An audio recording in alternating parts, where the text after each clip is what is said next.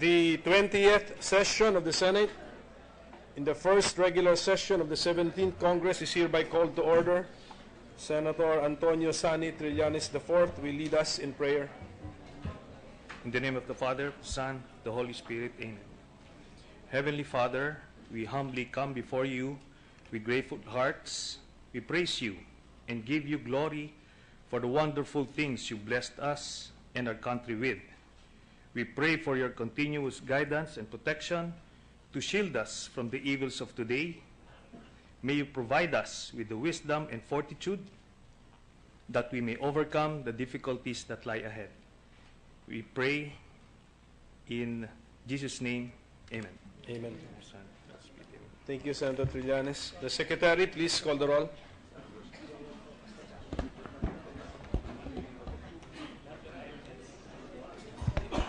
Roll call of members.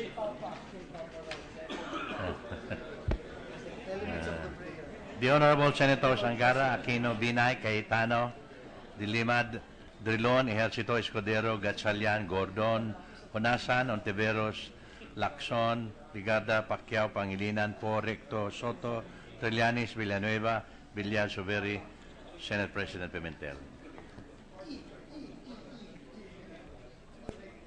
Ligarda na bilang. With 19 senators present, the chair declares the presence of a quorum.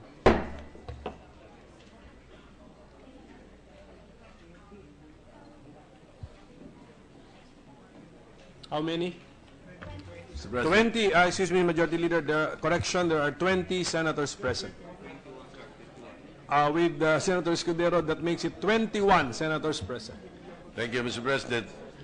I move that we dispense with the reading of the journal. Oh, by the way, Senator Po is here, Mr. President.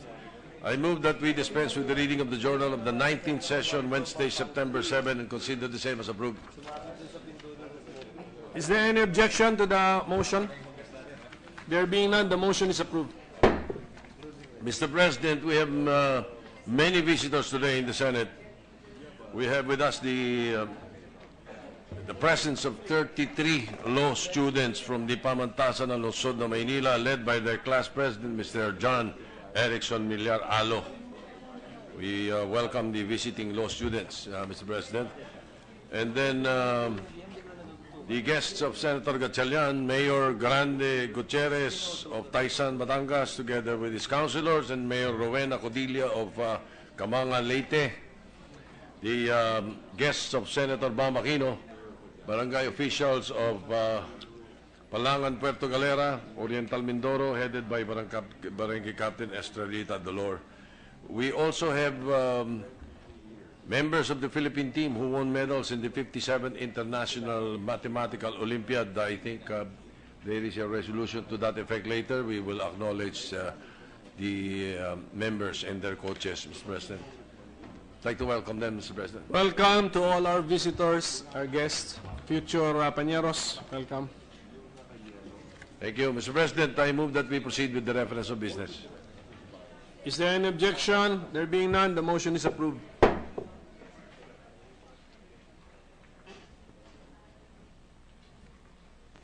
Reference of business, Secretary.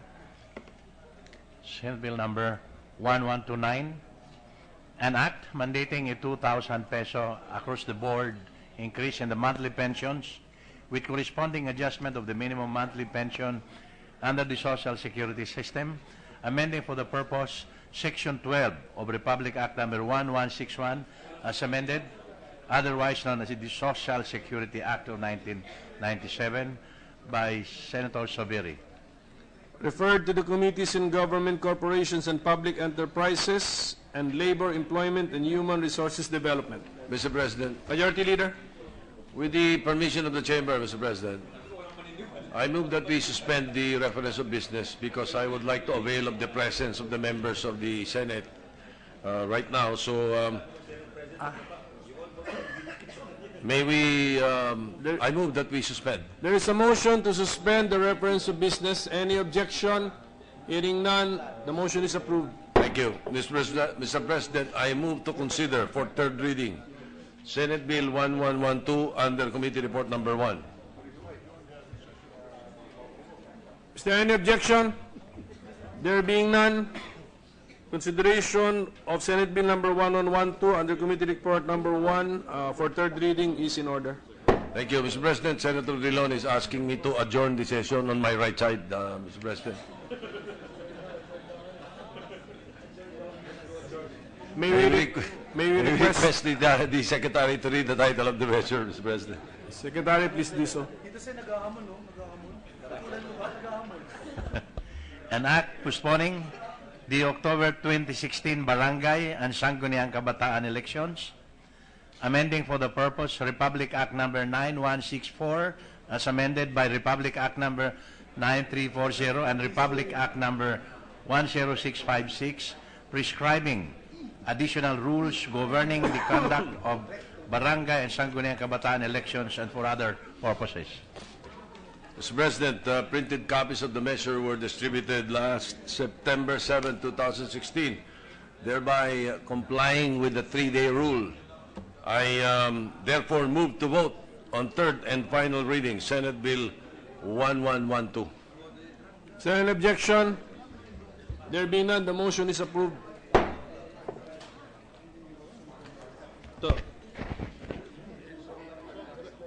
Roll call vote for Senate Bill number 1112.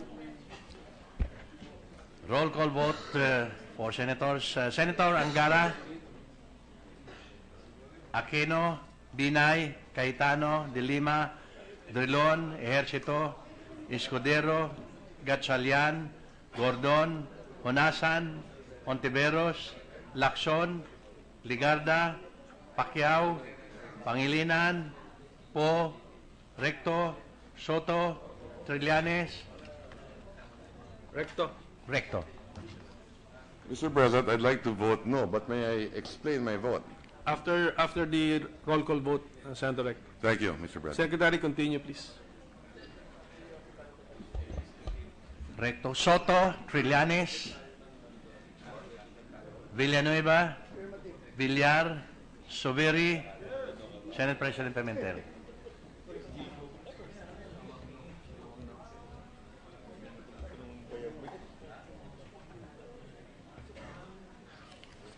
With 20 affirmative votes, 2 negative votes, Senate Bill number 2 negative votes, yes. Senate Bill number 1112 is approved on third reading. Senator Recto, the Minority Leader, wants to be recognized for the explanation of his vote. Thank you, Mr. President. With the indulgence of my colleagues here, elective officials in this land, from the president down to the barangay captain, have the same employment status. They're casuals elected to fixed terms. They are hired or fired through the same process, via the ballot, with their employers, otherwise known as the electorate, each deciding whether to extend or end their job contracts. Elections in this land are triennial summer job affairs, with the candidates strutting their stuff all over or stuffing money anywhere, in a bid to convince their bosses to renew their employment. The reason why elective positions have expiry dates is one of democracy's greatest virtues. By subjecting the performance of officials to periodic review, the people retain the right to replace those who have not been true to their oath or have turned their backs on them. But for those who have served them well, elections affirm their good work, for nothing validates hard and honest labor than a fresh mandate. And nothing inspires good performance more than the threat of being terminated. This fear of feeling the end of the boot is what keeps us casuals always on our toes. It is because of this principle that only the people can directly extend the tenure of elective public officials that I cannot agree to the proposal to postpone the barangay elections. If this was about extending the terms of mayors or governors by 1 year, there would have been widespread uproar by now. If this bill was about our terms, there would have been an uprising, with waves and waves of protesters laying siege to this building like those swarms in train to Busan. Pero dahil barangay lang ang apektado, parang ang attitude ay carry lang. But barangays are not the far outposts of government. They are the first line of public service. They are the sovereign's first contact with government and not the last. When fisticuffs break out over videoke noise, they don't call the police or tell it to the Marines. They call the barangay. Domestic disputes are not immediately sent up to our clan courts. They are first arbitrated at the barrio hall. Sick people don't have senators or congressmen on their speed dial. Their first and for many the only option is the barangay captain. He is the first to rush to where flames are, whether from a house burning or from candles on a cake of a senior citizen. For many of our people, senators could be distant creatures living in a galaxy far, far away. But barangay officials, for them, are not unreachable stars. So it should not surprise us if they want to have a say on the fate of the terms of office of officials they are closest to, a job which should not be done for them and usurped by creatures living in a galaxy far, far away.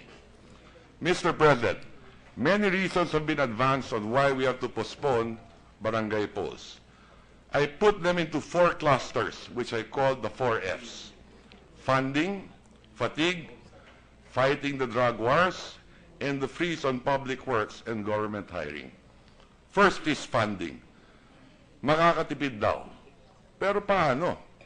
The math here is that by putting off the elections for a year, we are only putting aside funds budgeted for the elections for a year. We can only save money if we are permanently canceling the polls. But we are only postponing it. In budget speak, savings accrue from a terminated project, not from a deferred one.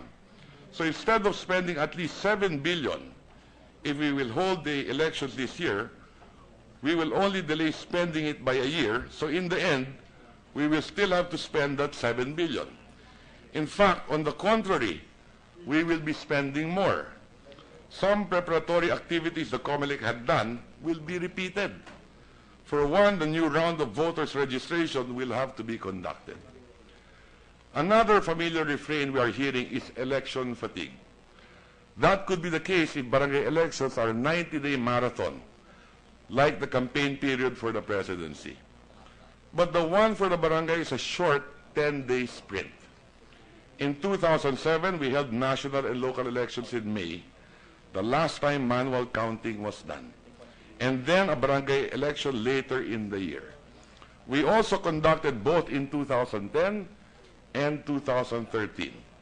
But the issue of election fatigue never cropped up. Why?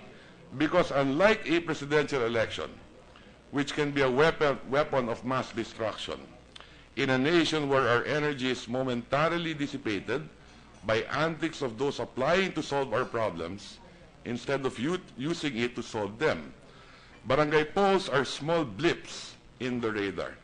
There are no trolls who will anger us, no social media bashing that will bruise us, no expensive TV ads that will interrupt our telenovela watching. The third pretext is that a barangay election would distract the government from pursuing its great war on illegal drugs.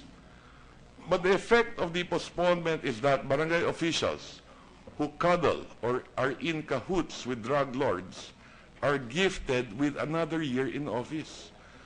Those who are barangay captains and drug captains at the same time will have 1 year free pass, not courtesy of the people, but of their fellow politicians.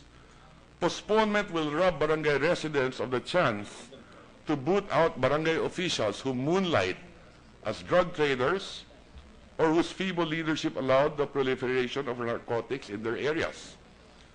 Don't get me wrong, Mr. President. Mas maraming barangay leaders pa rin ang matitino. Di hamak na mas marami ang nagsaserbisyo. Mas marami ang nagsasakripisyo. Mas marami ang nagdilingkod ng todo-todo. Pero marami din dapat ng palitan. PDEA's tag 13,661 out of the 42,036 barangays in the country as drug affected. In Metro Manila, the prevalence rate is higher, with 92% of 1,706 barangays penetrated by drug lords according to PDEA. This high rate of drug infiltration in our barangays can only be used as an argument for and not against the scheduled holding of elections next month.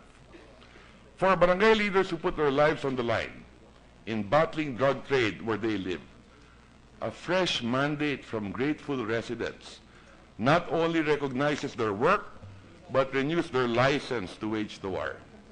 But for barangay leaders who have long dipped their fingers into the dirty jar of shabu sales, the election provides the people they have betrayed to end to them. It is the only way they can liberate themselves from drug lords and barangay officials who have conspired in a lucrative Occupy the Barangay project. By scrapping the polls, we are in effect telling people in the throes of their self-deliverance that change is postponed. Concerns have also been raised that pushing through with the October elections will pull back PNP personnel from the front lines of the drug war. But Mr. President, isn't it true that deploying policemen to barangays during the campaign period would in fact heighten security in barangays and provide them with the opportunity to conduct Oplan Tokhang in places where they will be embedded? The last of the alibis is that the barangay elections would freeze public works construction, as well as hiring and deployment of government personnel. But isn't it true, Mr. President, that whether there are elections or not, projects are delayed, that funds are not released, that allotments are not obligated, that personnel positions are not filled? This fiscal scourge is called underspending, and the good budget secretary had pegged at about 1 trillion the amount of appropriations that was not released on time or was not released at all over the past 6 years. Last year, for example, 52.22 billion in DepEd allotment was not obligated. 35 billion in DOTC allotment was not obligated. 8.96 billion in DA allotment was not obligated. And 106.36 billion in DPWH was not obligated. For every peso given to it, DOTC managed to obligate only 56 centavos within the fiscal year. On the part of DPWH, 24 centavos for every budget pesos was unobligated within the same period. In the case of DepEd, 1.4 billion of the 2.4 billion budget for meals for malnourished children was downloaded to the regions only at the tail end of the year. So instead of DepEd cafeterias bragging about millions served, their slogan should be millions deprived. So let me ask this. Was an election ever a culprit for underspending? Never. The previous Senate had spent days probing the issue and poring over hundreds of documents, and never was an election or even a barangay plebiscite cited as a reason for the slow use of funds. So it is time to retire it as a bogey for low fund absorption. The problem lies not in elections. It lies in the incompetence of unelected and unelectable bureaucrats. The same could be said with the hiring of government employees. And for the same reasons that elections should be absolved of the unfair charge that they cause delay in personal appointment. Yearly without fail, we allocate funds to hire more teachers, and yearly without miss, DepEd would fail to hire a single teacher before the June class opening, using funds for teacher recruitment for the year. Were these delays due to elections? My dear colleagues, the answer is no. Hindi rin po totoo ang chismis na isang buwan ang haba ng public works ban tuwing may halalan para sa mga opisyalis ng barangay at SK. Ayon sa Republic Act 6679, 10 araw bago mag-barangay elections lamang suspendido ang construction. Inuulit ko po, 10 araw o 9 na tulog lang at hindi sakop lahat ng infrastructure projects. Yun lamang pong provincial, city, municipal, and barangay roads and bridges. Hindi kasama ang flyovers, hindi kasama ang mga airport. And on this point, I would like to thank Senator Sonny for accepting my amendments that the ban be limited to barangay-funded roads and bridges and that the personal hiring and promotion ban, except for barangay-funded positions and job orders, be lifted. That would have sufficed for me to be a postponement convert. But I think, despite Senator Sonny's equal brilliant defense of this bill, I would have to vote on the fundamental principle that we should not tinker with the expiry dates of elective officials. Lastly, so that routinely postponing barangay elections does not become a bad national habit, may I suggest that a real, thorough, comprehensive Barangay Reform Act be pursued.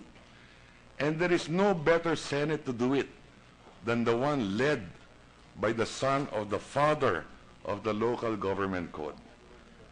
Let us go for durable cures, for the real strengthening of our barangays, not band-aid solutions. Mr. President, I vote yes to barangay reforms, but no to this measure. Maraming salamat, Mr. President. Thank you, Senator Recto.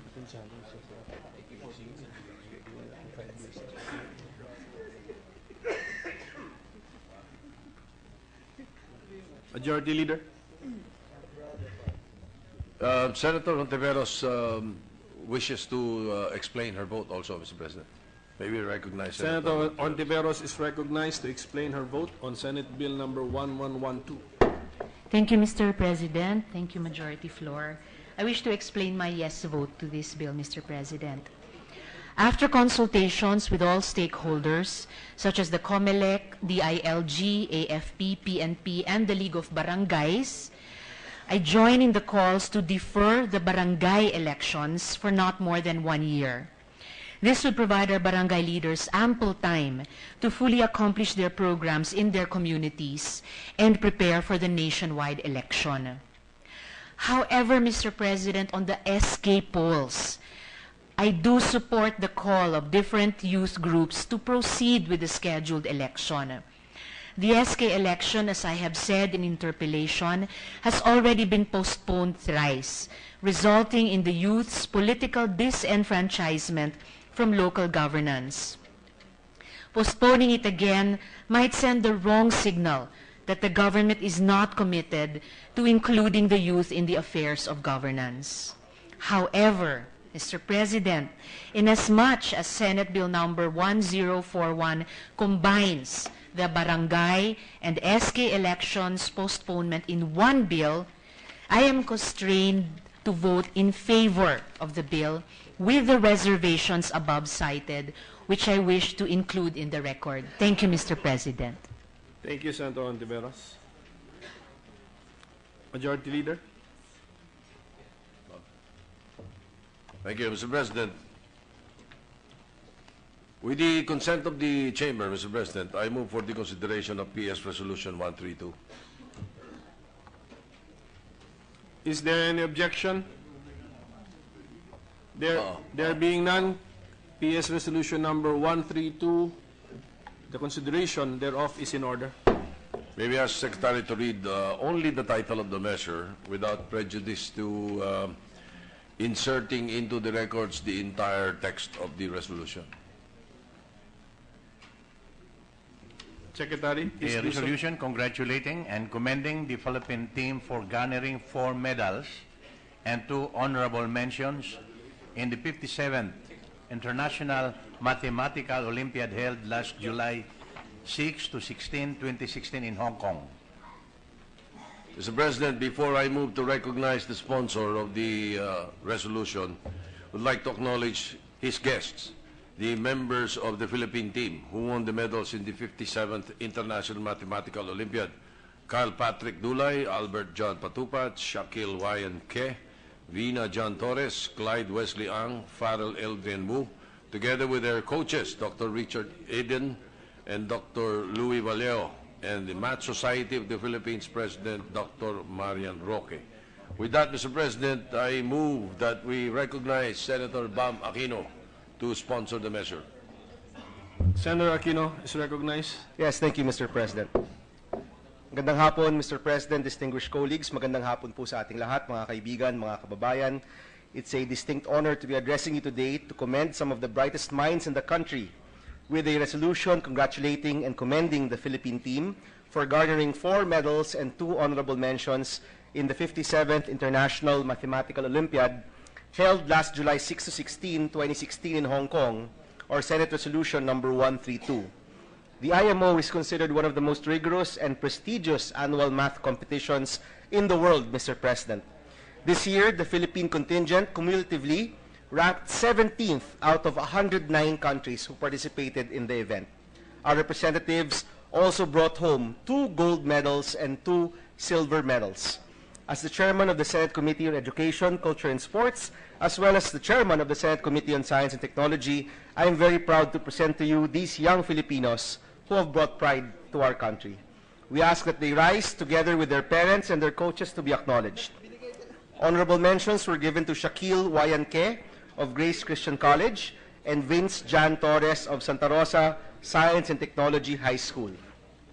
Silver medals were given to Clyde Wesley Ang of Chiang Kai-shek College and Albert John Patupat of De La Salle University Integrated School. Gold medalists, Farrell Eldrian Wu of Makati Gospel New Life Christian Academy and Kyle Patrick Dulay of the Philippine Science High School, Diliman.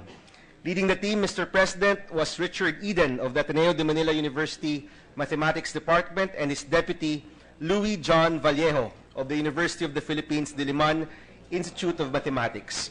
Our warmest congratulations for bringing pride to the country during the recently concluded 2016 International Mathematics Olympiad. And so, Mr. President, breaking the tradition of honoring athletes and beauty queens, today we honor a different set of honorees, and these are, of course, mathletes, or our Math Olympiad competitors. It is my honor, Mr. President, to sponsor this resolution honoring these young Filipinos. Maraming salamat, Mr. President. Thank you very much. Thank you, Senator Aquino. Mr. President, I move to adopt PS Resolution 132, subject to style. Is there any objection? Hearing none, PS Resolution number 132 is adopted, subject to style. Thank you, Mr. President. We also have 2 numbered resolutions already, but these are simple resolutions. So I move to consider PS Resolution 135. Is there any objection to the motion? PS Resolution number, hearing none, PS Resolution number 135 is in order. We ask Secretary to read the title of the measure without prejudice to inserting into the records the text of the resolution, the entire text. A resolution commending and congratulating Josephine Medina for winning a bronze medal for the Philippines in the 2016 Rio Paralympics.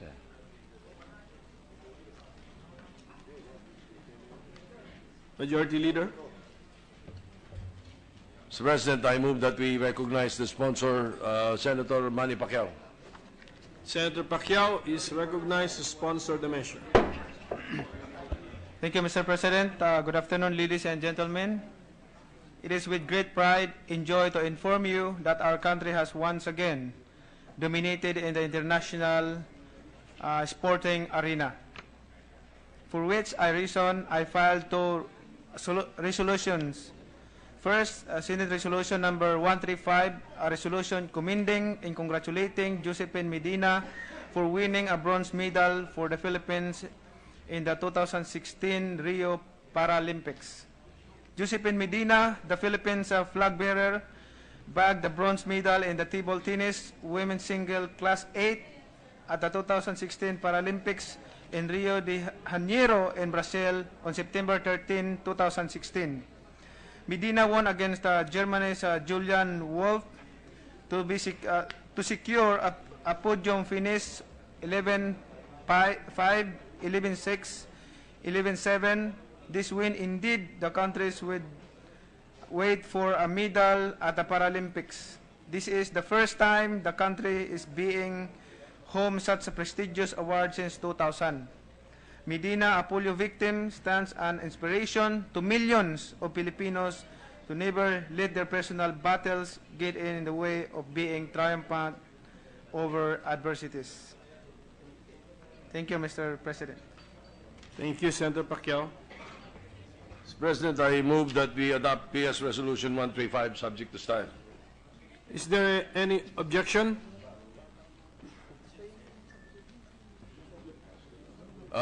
By the way, Mr. Majority Leader, President, yes. may I amend my motion? I move to adopt Senate Resolution 135 taking into consideration Resolution 138 by Senator Angara. Is there an objection? Hearing none, proposed Senate Resolution number 1335, taking into consideration PS Resolution number 138, is adopted subject to style. Thank you. Mr. President, there is a scheduled privilege speech by Senator Richard Gordon, but he has accepted, he has agreed to give way to one more resolution by Senator Manny Pacquiao. So with that, and with the consent of the Chamber, I move to consider Senate Resolution 137. Is there any objection? Hearing none, PS Resolution number 137 is in order. May we ask Secretary to read the title of the measure without prejudice to inserting into the records the text, the full text of the resolution. A resolution commending and congratulating the Philippine National Dragon Boat Team for its exemplary performance at the ICF Dragon Boat World Championships in Moscow, Russia. Mr. President, I move to recognize Senator Manny Pacquiao to sponsor the measure. Senator Pacquiao is recognized to sponsor the measure. Thank you, Mr. President. Second, Second Senate Resolution number 137, a resolution commending and congratulating the Philippine National Dragon Boat Team for its exemplary performance at the ICF Dragon Boat World Championship in Moscow, Russia. The Philippine Dragon Boat delegation bagged 3 gold and silver and 2 bronze medals from the International Canoe Federation Dragon Boat World Championship at the Regatta Course Krylatsko in Moscow, Russia. The national team won in the 20-seater junior mixed 500 meters event, 10-seaters junior mixed 200 meters event, and the 20-seater senior mixed 200 meter event. The Filipino paddlers displayed great teamwork, proving that cooperation coupled with discipline and persistence can enable them the team to prevail over powerhouses in the Dragon Boat racing circuit. To our world-class athletes, congratulations and thank you for bringing honor and glory to our country. Thank you, Mr. President. Thank you, Senator Pacquiao. Mr. President, I move to adopt Senate Resolution 137, subject to style. Is there any objection? Hearing none, PS Resolution number 137 is adopted subject to style. Mr. President, the winning teams would like to have a photo op with the Senate President, so I move to suspend the session for a few minutes, Mr. President. Session is suspended.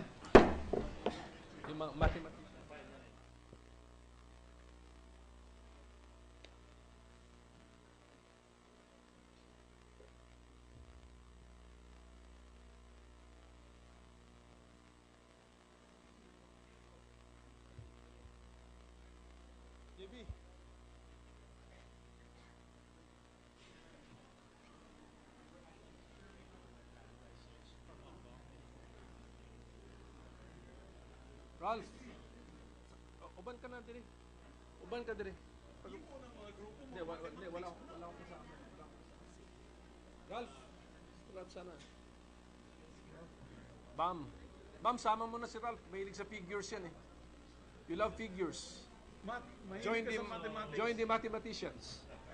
So 3 on one side and then 3 on this. Pare, hindi mo ba narinig? All you guys stay beside the SP. Come on, Richard. Yes, Ateneo, Math Department. But you see Sir Reggie Marcelo. Si Reggie, oh. Sige, I'll be on this side. Ano kayo sa akin, nag-keynote na kayo dati sa akin? Yes, Sa Math yes. Society. Sa Math Society. Yes, ma. Halika, halika. Dito, dito. Ralph, hindi mo narinig yung ano ko sa'yo eh. Hindi ka nag-react eh. I love figures. Ako, I love numbers. You love figures. Okay, smile, smile. Everybody. Smile.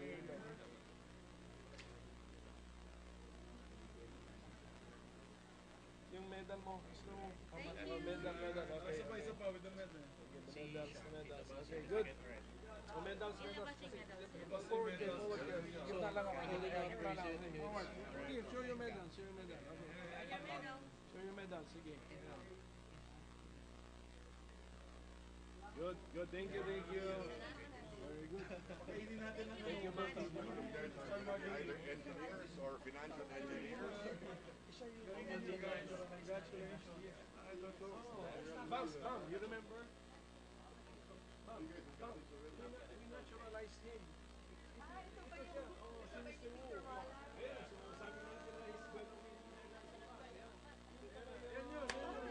You're taller now. Alam ba nila yun? You're much taller now. Oh, I'll introduce you to Senator Soto. I'm still grade. Pakilala natin para... So you want it now for Philippines?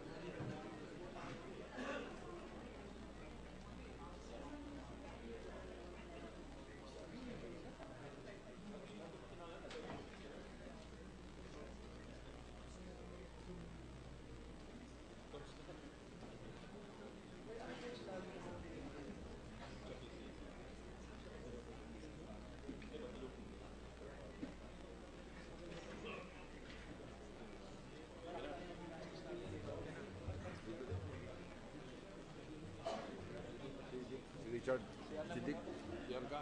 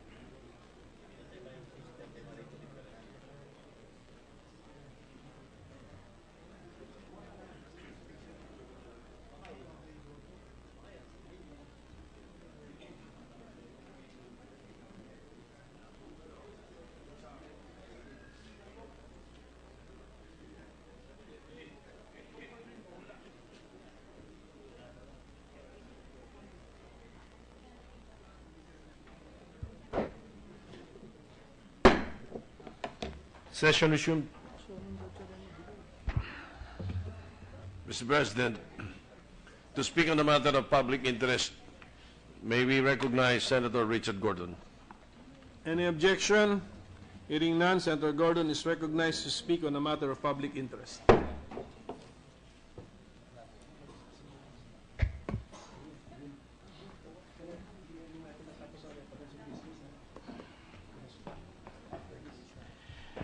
Thank you, Mr. President. With the permission of the body, ladies and gentlemen, my colleagues, I stand here before you today to start a conversation on the major issues facing our country today, in which our President is trying to solve by himself.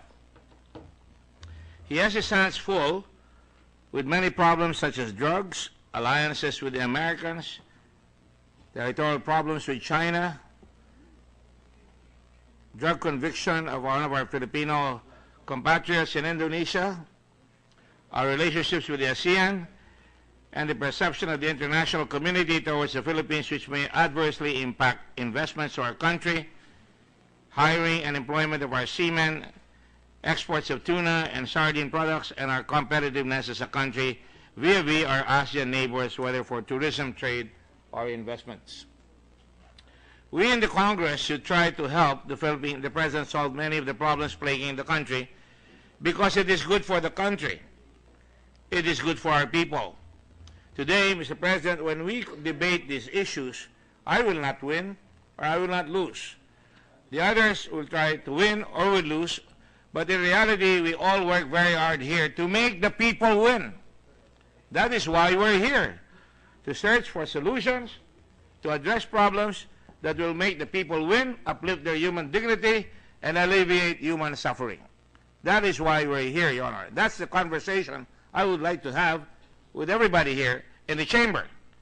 And having said that, Your Honor, let me start by giving you the factual situation that we face in terms of drugs and terrorism in connection with the recent declaration of the President of national emergency. Mr. President, when we talk about drugs, terrorism, all the other things that plague us, such as riding in tandem, vigilante killings, we have to make ourselves be aware of the situation in our country. We cannot be strangers. We cannot be outsiders. We cannot be mere watchers and say, it's none of my business, because our country has been doing that. That is why, Mr. President, nabulaga tayo. Biglang lumabas lahat ang mga karumal-dumal na nangyayari. 700,000 people have surrendered as drug pushers or drug users, and so many people have been killed. Now, because of what the President has done, and by the way, I'm not doing this for the President. I'd like to think that I'm doing this sincerely for our country. And let me just say, there's a lot of separation going on right now since the President started this effort. When he declared in the elections, before the elections, sabi niya ganon, pag ako nanalo, magiging madugo. Maraming mamamatay ng mga pusher, mga drug users. Hindi siya nagtatago. Wala siyang tinago sa atin. And perhaps because he knew ang pulso ng bayan, talaga suka-suka na, ayaw na, noong nangyayari, na napapabayaan na namamatay ang tao, nagkalat at nagtalamak ang droga, kahit na laban si Senator Soto at iba mga kasama natin dito, ay wala pa rin nangyayari na talagang mabisa. And so today, nung manalo siya, 6 million votes, and up to now, he has about 94% or 91% of the electorate saying they're for him, at least insofar as August is concerned. I do not know what the latest survey will indicate. But you have a president now that is a damn the torpedoes, down the throat, stare you down approach. Talagang diretsa kung ano nasa isip niya, nasa puso niya, sasabihin niya. And having said that, Mr. President, let us go through a travelogue, if you will, sa nangyayari sa bayan. Di ba niyo napapansin? Marami ngayon talagang humihiwalay. They're trying to separate themselves from the situation of drugs. Bakit? Nakita ninyo, nung umupo, hindi pa siya umupo, marami nang namatay. Marami nang pinaslang. Bukod doon sa namamatay sa riding in tandem, maraming pinaslang ng mga drug pushers, drug users. Lalo na, nung unprecedentedly, the President took out the maskara, tinanggal ang maskara ng ilang mga general, and unprecedentedly expose their names to the public. Aba, di lalong dumami. Sapagkat ngayon, yung mga pulis na nag-aalaga ng droga, talaga siguro, sinabi ko na ito dati, they may be trying to separate themselves from their people who have been selling drugs for them so that they would enrich themselves. At para mawala yan, they would separate them by eliminating them. That's a possibility, Your Honor. The second possibility is the drug lords are trying to separate themselves from their pushers. Because mahuhuli sila. Baka may testigo na pag sinundan mo yung user, tinanong mo kung sino ang pusher niya, at nahuli mo yung pusher, tinanong mo kung sino ang supplier ng pusher, at tinanong mo yung supplier ng pusher, kung sino talaga ang supplier doon sa kanyang region, hanggang umabot ka doon sa pinakamataas na drug lord, ay may tama siya sapagkat merong trail. Merong witness trail na pwede magtestigo laban doon sa drug lord. In fact, in our hearings here, sinabi sa atin nung hearing ni Senator Lima at saka ni Senator Lacson, tinanong natin, ano ba ang punot dulo nito? Tinanong ko si General De La Rosa at ang sabi niya, ang punot dulo po nito ay galing sa China. Karamihan ang drugs. Walang pasubaring sinabi yan, and because of that, we wrote a letter right away to the DFA, and thank the heavens, the DFA through Secretary Yasay acted and sent a letter right away to China. I cannot divulge because he asked me not to divulge it, but certainly I'm sure it got China's attention because no country would want to be accused that they are practically sponsoring the sending of drugs to another country. Having said that, Your Honor, it is important for us to understand that we have to make sure that we understand where we're coming from. When the President says, papatayin natin ang mga nagtutulak, kahit hindi niya sinasabing patayin mo yan, ang ibig sabihin niyan, para may tacit order, tacit, implied order, na gagalaw at gagalaw yung pulis kahit walang alaga yan. At sasabihin niya, kailangan mawala ito mga nagtutulak ng droga. In the process, baka madulas, baka ma-violate ang human rights sa sinasabi. Tama lang na maganda tayo sa human rights. Because no one in the Senate, I'm sure, will not protect human rights. Because that is our oath. Kasama sa oath natin yan. Na talagang to promote justice at saka talagang equality for all. And having said that, Mr. President, you have to make sure na tuloy nyo, after his inauguration, he again warned drug users and pushers that to stop and to surrender, to surrender. If not, he will expose them. And in fact, he did. And you know, since July 1, there have been almost 3,000 people killed. Unprecedented. 3,000 kaluluwa ang namatay. And because of that, 700,000 drug users have surrendered or pushers, of which 52,000 were drug pushers. Unprecedented. Magaling. Natakot. Lumabas lahat.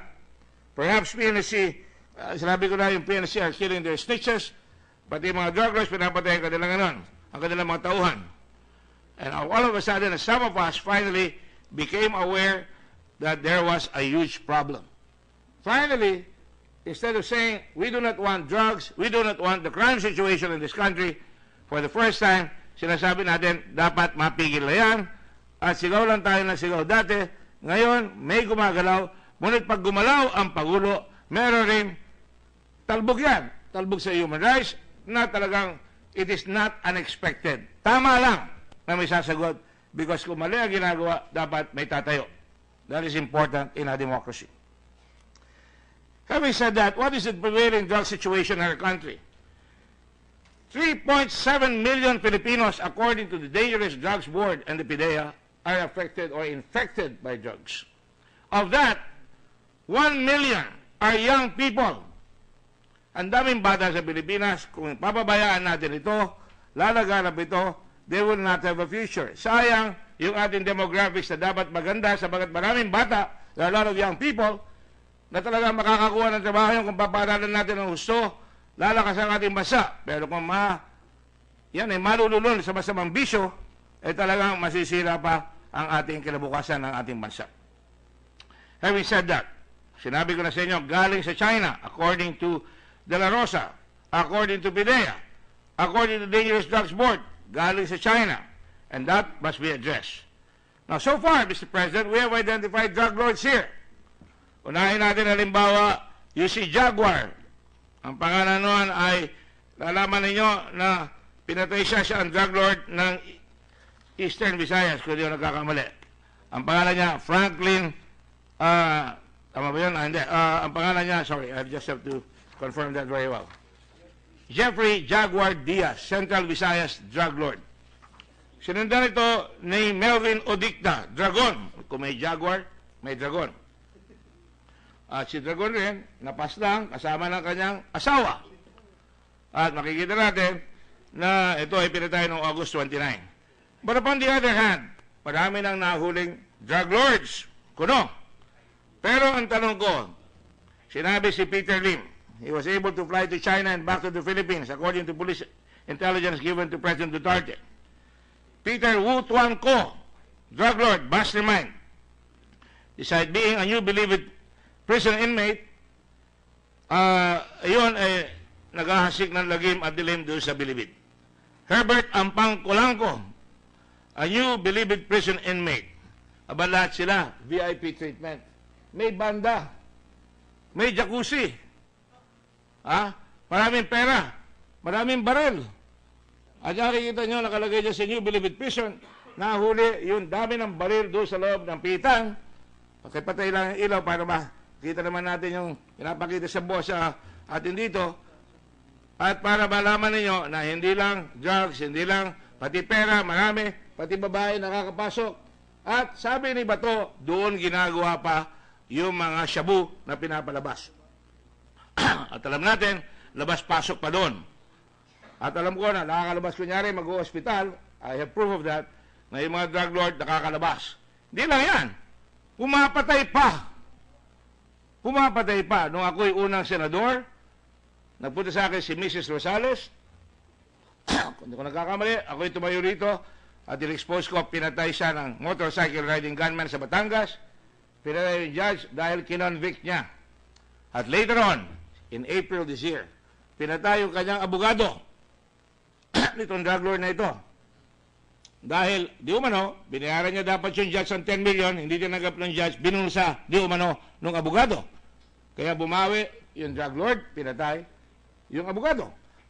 At pagkatapos, Your Honor, tinangkang papatay at threaten si Justice Art Brion. Malaking iskandalo yun kung yan ay iungkatin. At alam ito ng kaibigan natin si Senator Ping Lacson. Pag nang tinanong ko ito, kagad sinabi niya kagad si Justice Brion. And, Mr. President, ganyan katapang yung mga yan. Having said that, apart from the VIP treatment, meron na ba tayong closure? If you look at all the pictures, and if you can show the pictures, yung tumutugtog pa si Kulangko, meron nagsasaxophone dyan, marami nangyayari. Concert equipment, appliances found during believed raid, with approval of former prison officials. Tanong, meron na ba tayong inimbestiga rito na prison official?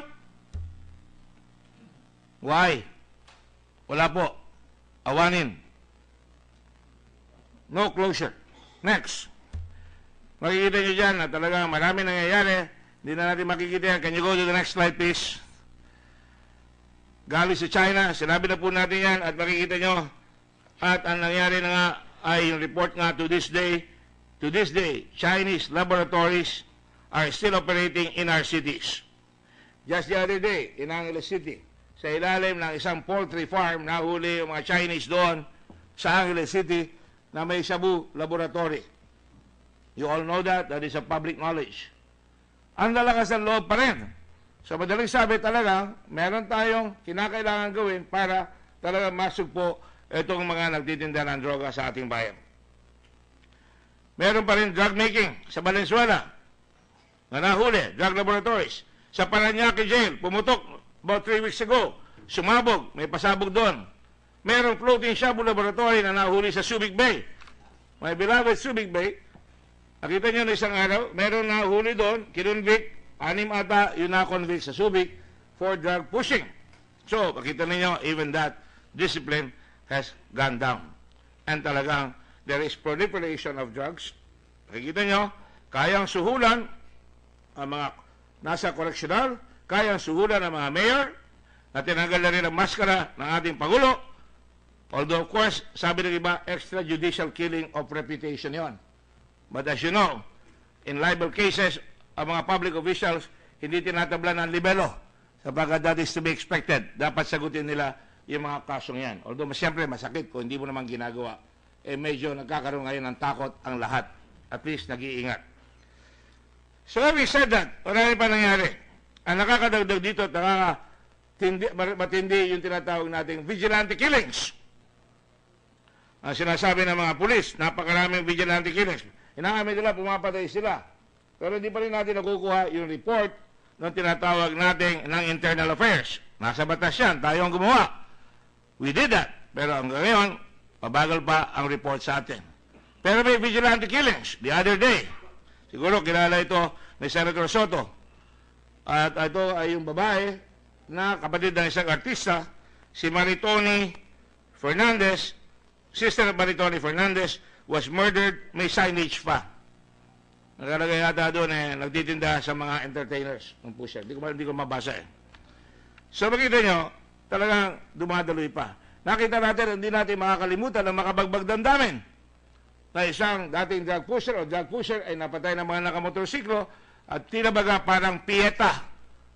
Yung mahal na birin, hawak yung Panginoon ni si Kristo, yun ang pinalabas ng mga dyaryo doon sa litrato na yun. Makabagdamdamin nga, pero makabagbagdamdamin rin, yung sinabi ni Marie Crista Mora, ang nakikita sa dyaryo ay yung mga drug pusher na pinapatay, pero hindi nyo nakikita yung hinasik nilang lagim at dilim sa mga pamilya na mga tumanggap ng droga sa mga pamilya. Yung talagang inuumitan. Yung talagang nagnanakaw na, nag-hold up na at nagtutulak na ng husto. So talaga may balancing, may conflict. So today, we are indeed in conflict with what is happening to our country. The other day, a bloody Baguio shooting came up. There are shootouts everywhere in my city. 3 bata napatay, nasa kotse, pinatay. Franklin Bambico, with his pregnant partner, he was killed by unidentified gunmen in Lourdes subdivision in Baguio City. At meron pang isa doon sa Dumaguete, doon sa Inulgan, motorsiklo, tinago ng drug pusher, yung kanyang anak, nung bariling siya, hindi alam ng pulis na binabaril niya pala, ay may dalang bata sa loob ng damit ng drug pusher. Patay rin. Tanong, meron kang tanong araw, south of the border, down Mexico way. Are we going down Mexico way? Because Mexico is a drug-infested country. They have lost their handle on drugs, Mr. President. Nakikita nyo, ang partner natin ng araw sa galleon trade, and we traded in silver and goods, makikita nyo, resulted in thousands of killings. Narinig nyo si El Chapo, kung matindi yung mga drug pusher dito na may combo, may babae sa loob ng preso, si El Chapo, nakahukay sa ilalim ng preso at naglagay ng motorsiklo, naglagay ng highway sa ilalim ng preso para makatakas sa pamamagitan ng motorsiklo. Antindi, nabayaran niya lahat yung mga taong na humahawak ng preso. Kaya makikita nyo, ganun katindi pagka pumasok na. Ang sikat na series ngayon na pinapanood, I'm sure, ni Joel Villanueva, nakikipag-holding hands pa siya sa kanyang may bahay, ay yung Narcos. Nag-uusapan namin ito na isang araw. Pablo Escobar. At ako rin, I must confess, because I was preparing for this, Narcos talaga, makita nyo kung paano hinawakan na isang drug pusher ang isang bansa called Colombia. At talagang he became one of the richest men in the world.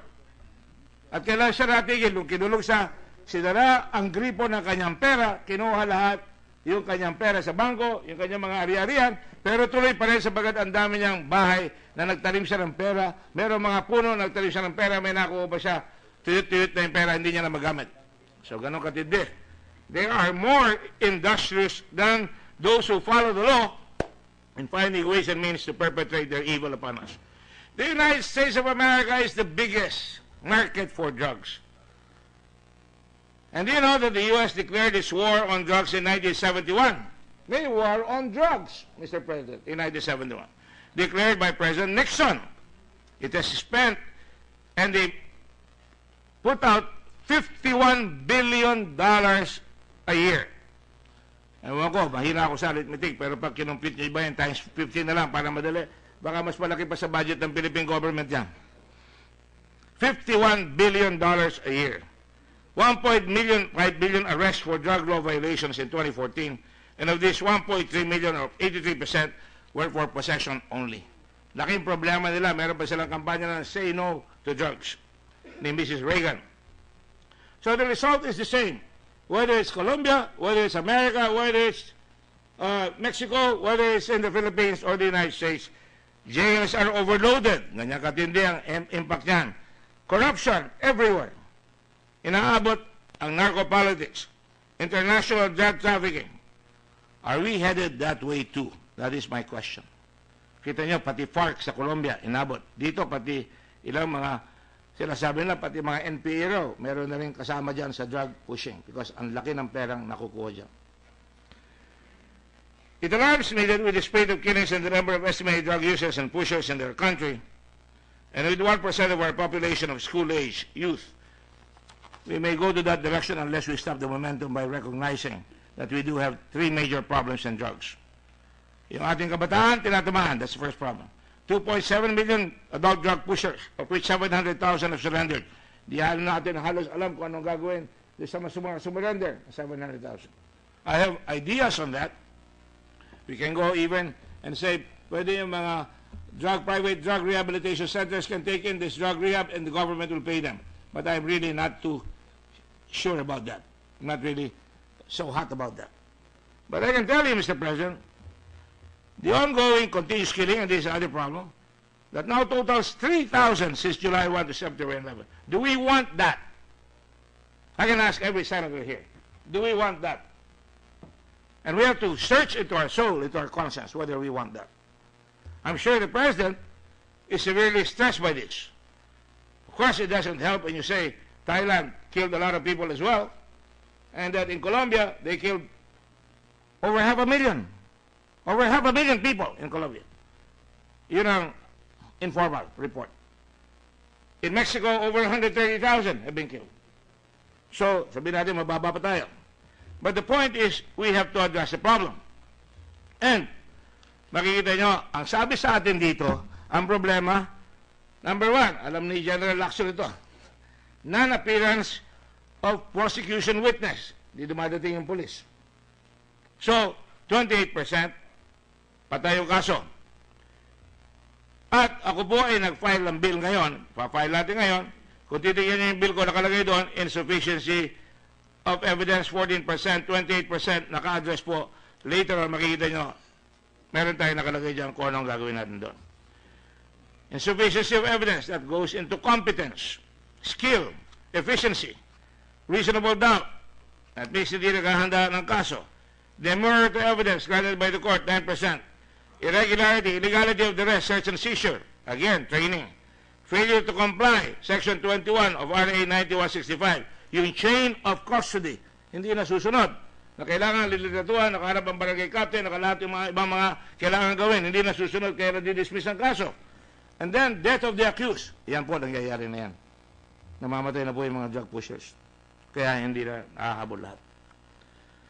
Andiyan ang acquitted, reasonable doubt 31%, halos opposite lang ng sinasabi ko, kaya mababasa po natin yan. I will make that of record. In other words, it seems we have been losing the drug war, and narco-politics among LGUs ay kumakalat, among national officials kumakalat, sa ating mga piitan, sa ating Bureau of Correctional, sa mga detention center natin kumakalat, at maaaring kumakalat yan sa pangangampanya ng mga politiko. Ginagamit na campaign fund. So, I'm raising the red flag. We have to act, Mr. President. Let us now move on to the second major problem that we have, terrorism. We have the NPA, which is the longest insurgency in Asia for the last 5 decades. If you include Hukbalahap, talagang pinakamahaba na. So, mga kasama, it has spread throughout Luzon, moving to Visayas and Mindanao. Nakikita nyo, andyan yan. Meron tayong MILF. Nagpipili tayo, magkaroon tayo ng kabayapaan dyan sa MILF. At marami rin napapastang. MILF, yan ang original. Pero matindi ngayon, Mr. President, is Abu Sayyaf. Abu Sayyaf is primarily based in Basilan and Sulu. I've encountered them. I've talked with them. Because kinidnap rin yung mga kasamahan namin sa Red Cross. Andun po ako sa Basilan, nung kinuha ko po yung mga teachers, sama ko si Governor Salapudin, at saka yung Red Cross administrator namin, nung kinuha namin sa Abu Sayyaf, yung mga teachers na kinuha nila in the year 2000. They know the landscape. Sabi nga ni Gringo, nasan diyan sila naglaro, alam nila, lamang na lamang sila sa labanan sa ating gobyerno. They have been declared as a terrorist organization under the U.S. FTO law, Intelligence Reform and Terrorism Prevention Act of 2004. It's a long history of terrorism, but nothing has happened. Every year, sasabihin nila, 200 na lang, bisan 300. Eh bakit ngayon, lumalaki pa, 400 to 800. Hindi natin nasusupil yan. For example, some of the atrocities committed by these groups are as follows. Davao Night Market Bombing, September 2. Kamakailan lang yan. 14 killed, 71 injured. A policeman, SPO1, J. Adremisin, who was relaxing in the Ross Night Market after a quick massage. Tepo. Philippine Red Cross Sultan Kudarat Chapter Volunteer, Krista Bisnon. Krista was a registered nurse who volunteered to work with the PRC chapter in Sultan Kudarat. Pati siya, tinamaan, patay. The Butik attack in Danao del Sur, May 30, 2016, 56 killed, 54 militants, 2 soldiers. The Davao International Airport bombing, nagpunta ako dyan, in 2003, March, 22 killed. Sinundan yan the following month ng Davao seaport bombing, April 2, 2003. 17 killed. You can see the bombings and the pictures of that. The Super Ferry bombing in Manila Bay, February 27, 2004. 116 people killed. Dos Palmas kidnapping, May 27, 2001. June 7, 2002. 22 Filipino soldiers killed in the process of trying to get them over the next 10 months. Trying to rescue the 20 hostages taken, of which 5 were killed, including the husband of Gracia Burnham. And who can forget? Nagte-text yung ina, ang sagot ng Abu Sayyaf, hawak ko na yung cellphone ng anak mo, patay na ang son mo, wala na ang ulo niya. Pinutulan na namin ang ulo niya kahapon, August 31, 2016. At kung ikaw ay pupunta rito, puputulan ka rin namin ang ulo. Brazen, agonizing, we are just wringing our hands because tila wala tayong magawa. Lanao del Sur jailbreak, Maute, August 28. Recent lang ito, now showing, practically. 23 prisoners escaped.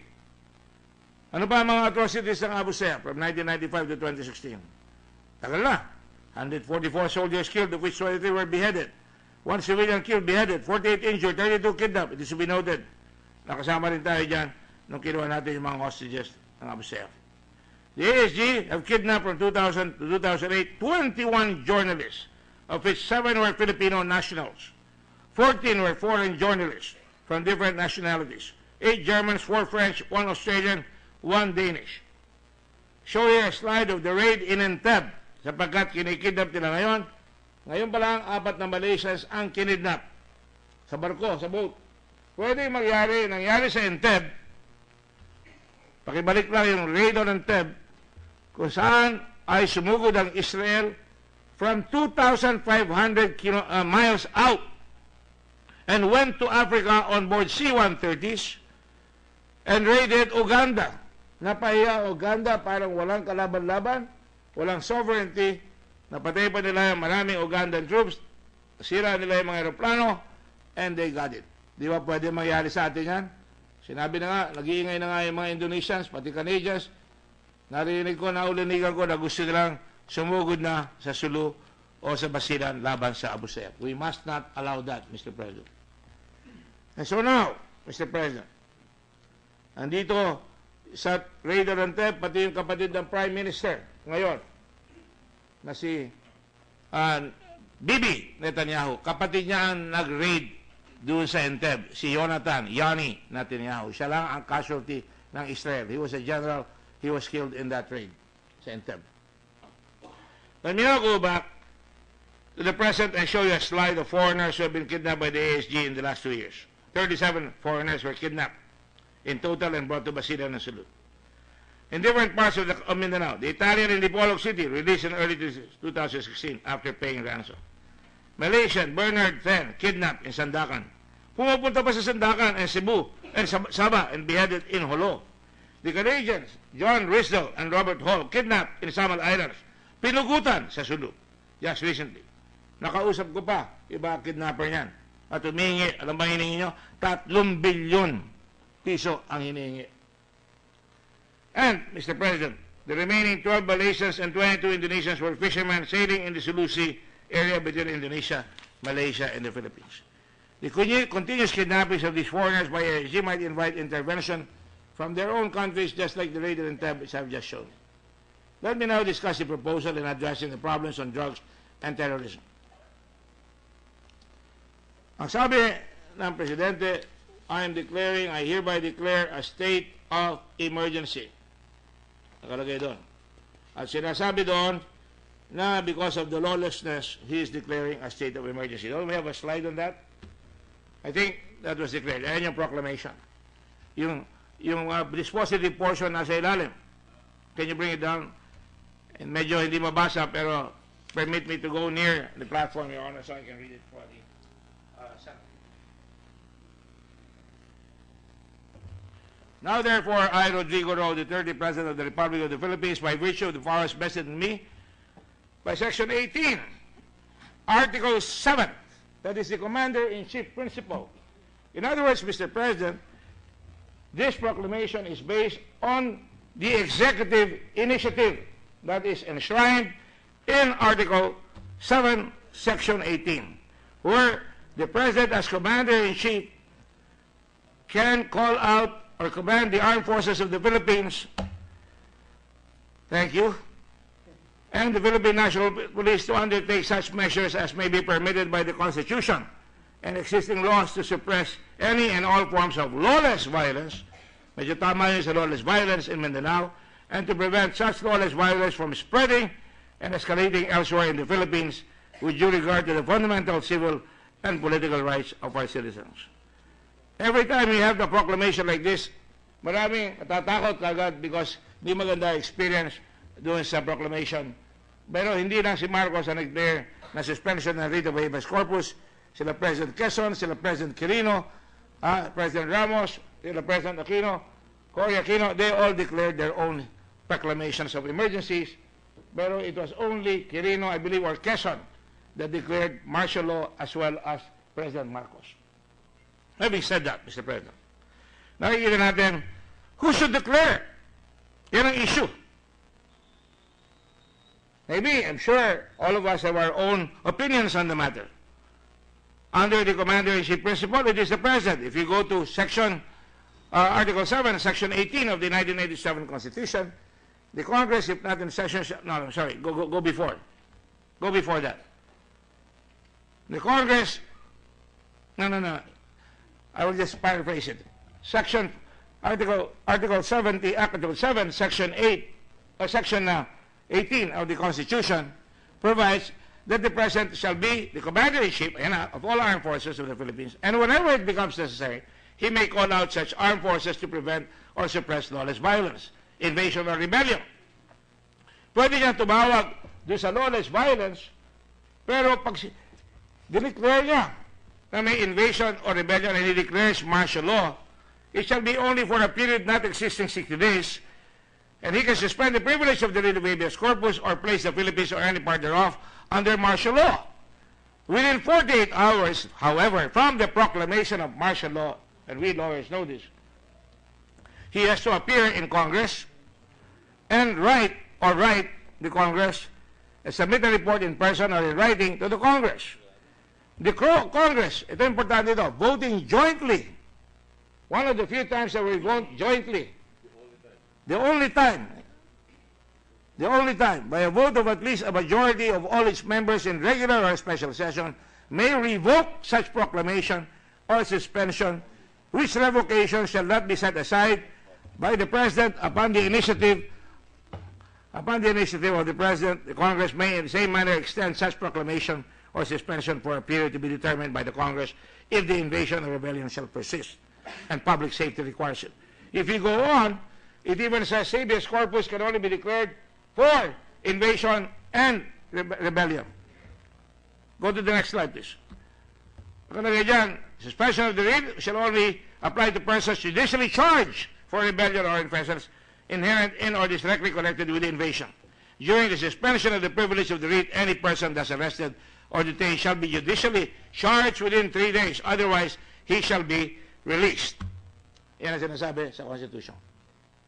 That, my friends, is the Commander-in-Chief President Executive Initiative.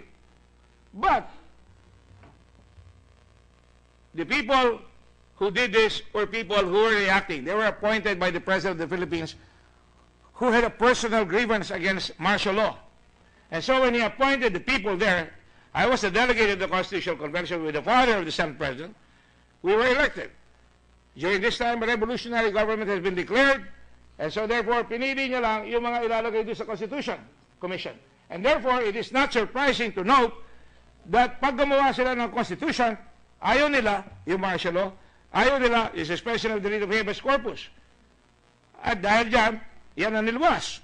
Pero, alam rin nila na kailangan yan, darating ang araw kakailanganin yan. So ang tanong ko, kung hindi natin kailangan yan, bakit nilagay yan? Pinag-usapan namin ni Senate President Drilon noong isang araw, nung magmi-meeting kami sa SET, sabi ko, we have already a eunuch in the law on martial law and suspension of the writ of habeas corpus. Wala na silbi yan. Wala na silbi yan. Pwede namin sabihin sa Senado o sa Kongreso, ayaw namin yan, tapos kaagad ang boxing yan. So, wala bang laban ng ating bansa? Wala bang laban ng ating bansa? Kung sakali may mga emergency, ayun, meron naman naisip ang Constitutional Commission.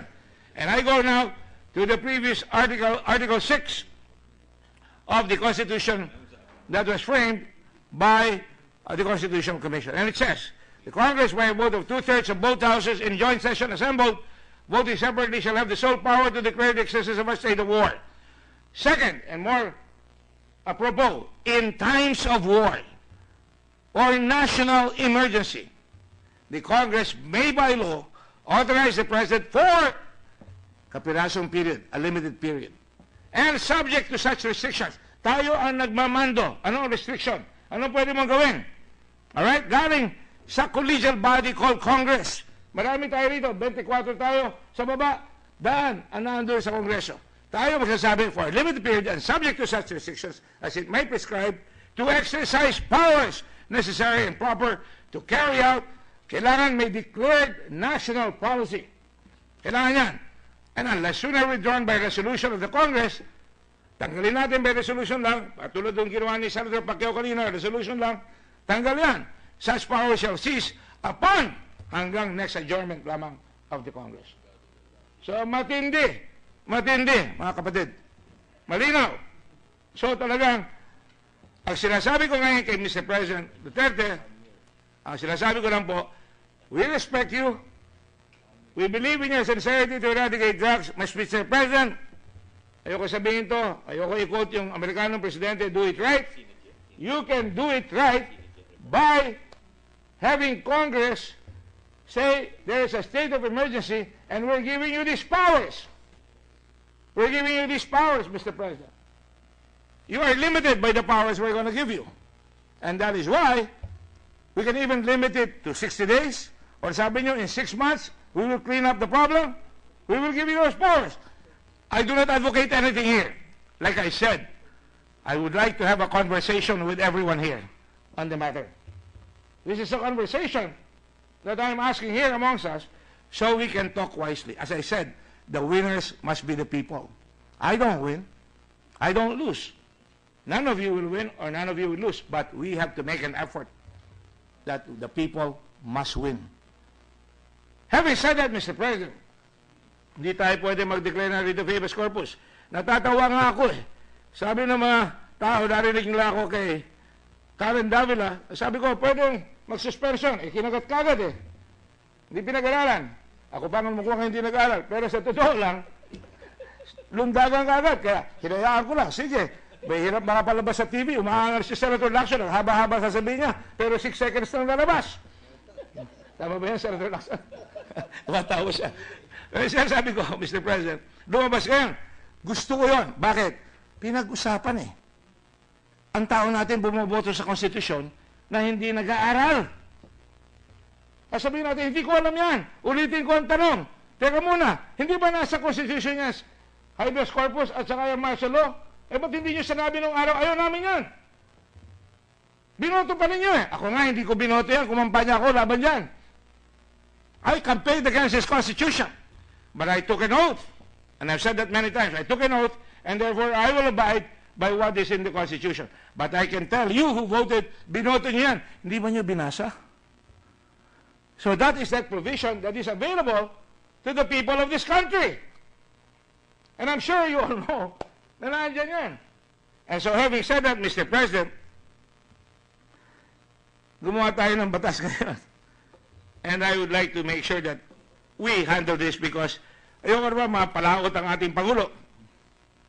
Because ang sinabi niya, executive initiative, commander-in-chief, hindi nababagay po. With all due respect. Hindi po nababagay. At ayoko na sabihin kung bisa may mali. Dahil siyempre, I know what it is. I was a mayor. Pag may gusto kong gawin, at talagang gusto kong maayos, kumisan talaga, lumalampas ako sa buwan. Sa kagustuhan kong magawa, yung dapat gawin para sa bayan. And I know how President Duterte feels about it. I understand it. I am not against him. I would like to help him if I can help. If he's willing to take it, I'm available. But I am not going to cross the line and go beyond the pale and allow vigilante killings. I said that here. I told General Bato, you cannot say, pag bumunod ka, papatayin kita. There is no such thing as shoot to kill. You do that, and you have to face up to the Senate, especially the Blue Ribbon Committee, if not the Committee of Senator Lacson on Peace and Order and Justice by Senator De Lima. That is the classic statement that I'm saying here. The provision that I cited comes out with the fundamental principle of checks and balances, Mr. President. The President can do this, but there is a check and balance by the legislature.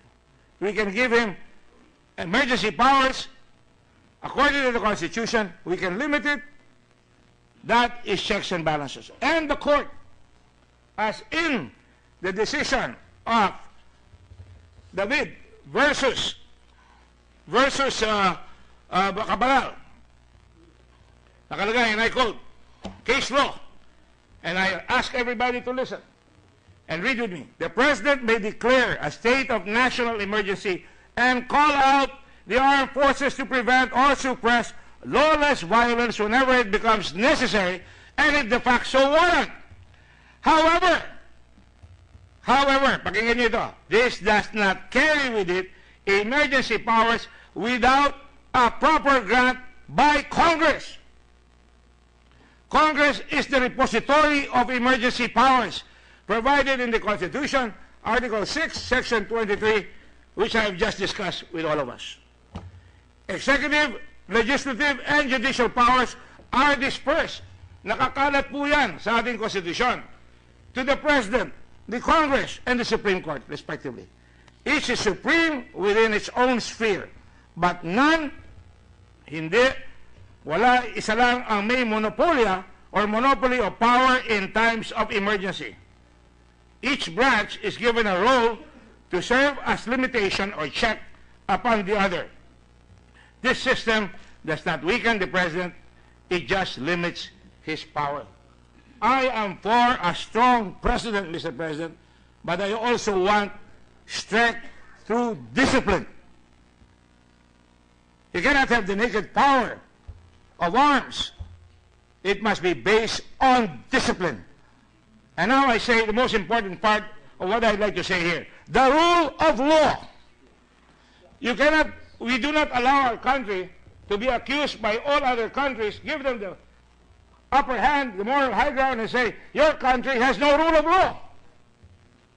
You will not allow that. We will not allow that. And that is why we go back to the Constitution. That is the rule of law. Where courts exist, where there is access to the courts, and where there is appeal to the courts. And I'm sure, Mr. President, if we understand this Senate will stand its ground. And that is why I say, galing sa Senado ang powers ng emergency, hindi sa Presidente. Kung gusto natin, gawin natin. For my part, Mr. President, I've already created a matrix. Nung sinabi ko ito ng isang araw, at 3 o'clock in the afternoon, with all due respect to my colleague, Senator De Lima, tinanong na kagad siya ng mga media, o may matrix si Senator Gordon, allergic si Senator De Lima sa salitang matrix eh. Abay, bumanat na kagad sa akin. Sabi ko noon, hindi ko pinasin yun, in fairness to Senator De Lima. Hindi ako bumanat. Sinabi ni Matrix, magagalit kagad si Senator De Lima. With all due respect, I did not say anything. In fact, I deliberately did not say anything. However, Mr. President, the law that we have propounded now, and I'd like to ask you, our colleagues to help me, is based on the rule of law and based on the principle of salus populi est suprema lex. The welfare, the health, the safety of the people is the supreme law. Whether it's Hobbes or whether it's anybody else, that is the primordial one. It is why we surrendered some of our individual rights so that the government can form a government that will fight for the welfare of the country. And you hope that government is based on the rule of law, Mr. President. And having said that, Mr. President, what are the highlights of the bill?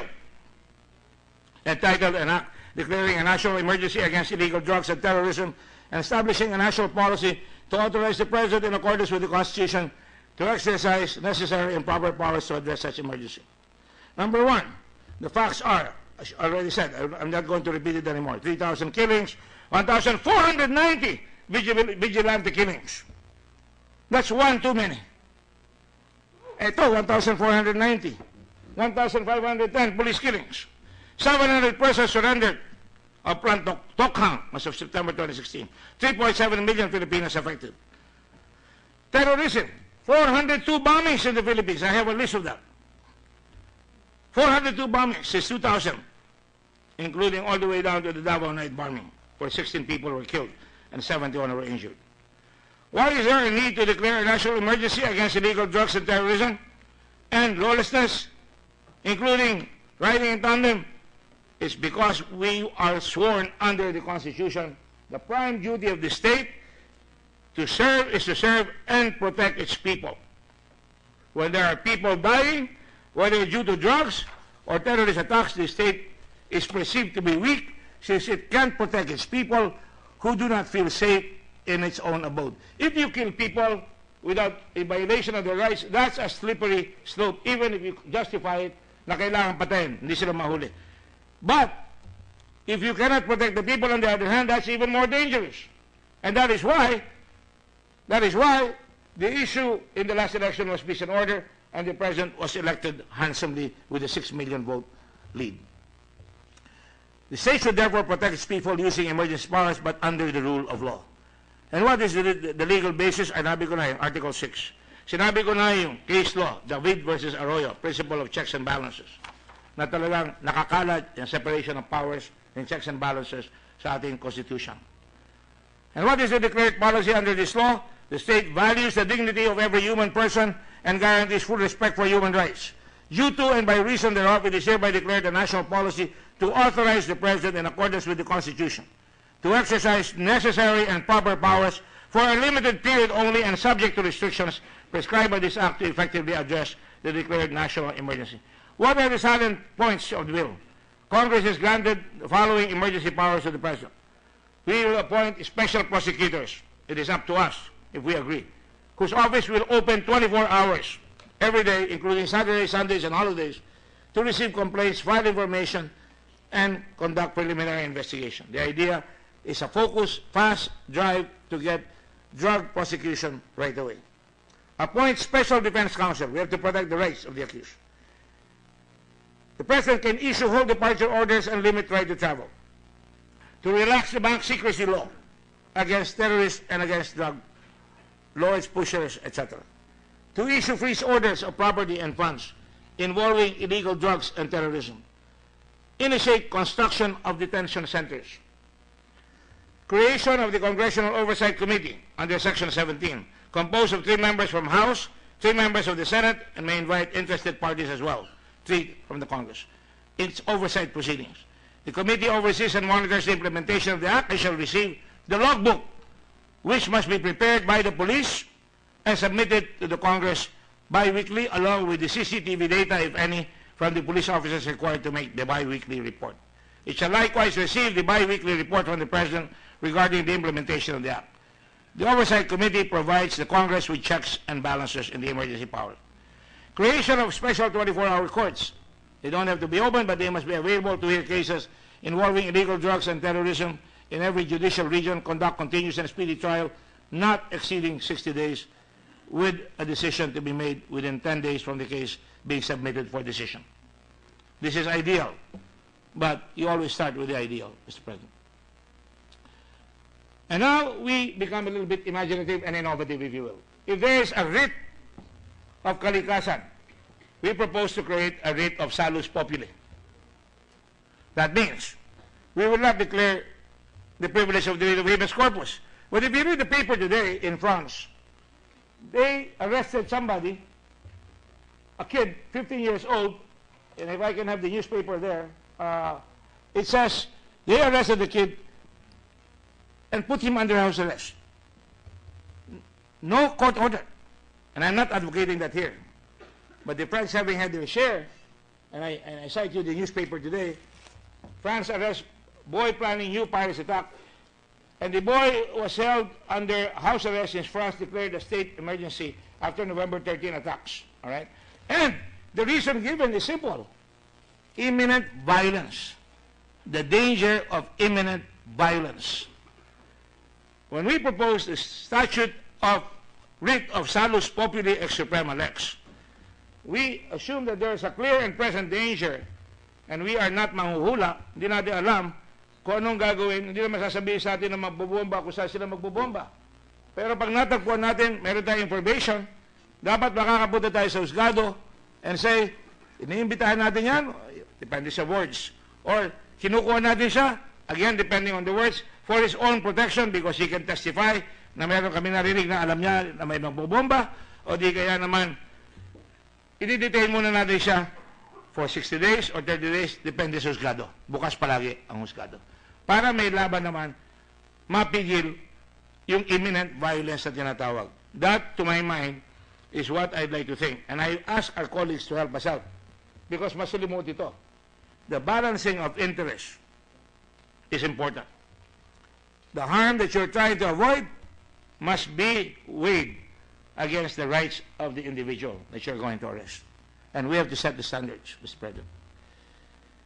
This means that the person whose life may be in danger and who has information of a drugs-related or terrorist-related crime may be ordered to submit himself to court so that proper investigation may be conducted by the authorities in the interest of national security. This is not strange, Your Honor. This is being done in the witness protection authored by Senator Dillon one time. Yung tinatawag natin witness protection. Di ba? And now, our laws, and hear me out here. Our law in the dangerous drugs law says we can confiscate upon conviction the effects, the instruments of the crime. And when I asked that in the committee hearing, ang sabi sa akin, meron ba kayo nakumpiska? Ang dami nakakulong dyan sa piitan.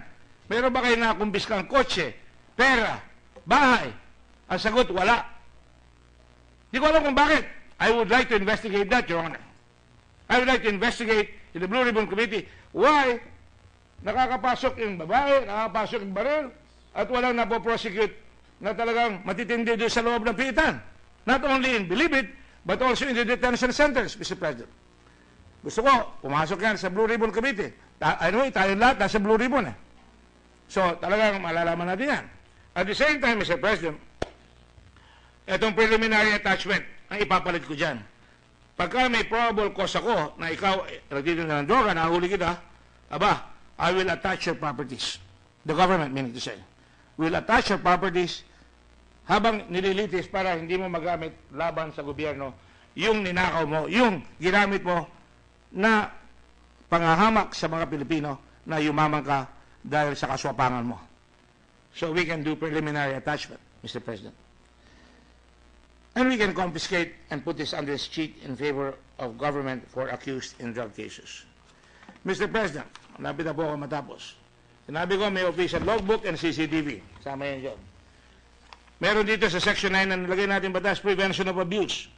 Public officials violating this act and willfully failing to attend hearings shall be preventively suspended from office and be disciplined in accordance with existing law. Pwede siya mag-expel. Information and education campaign. Huwag natin tigilan ng mga bata.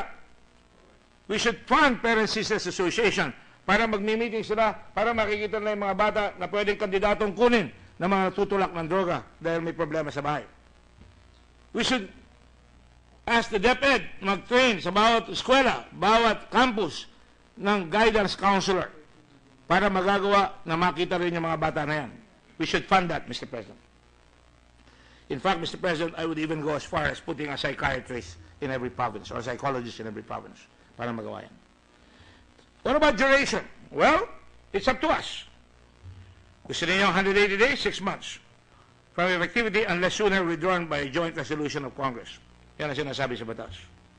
So in the end, Mr. President, what have we done? What we have done is our duty. The duty enshrined in the Constitution that the government must protect its people. Secondly, under the principle, age-old, salus populi et suprema lex.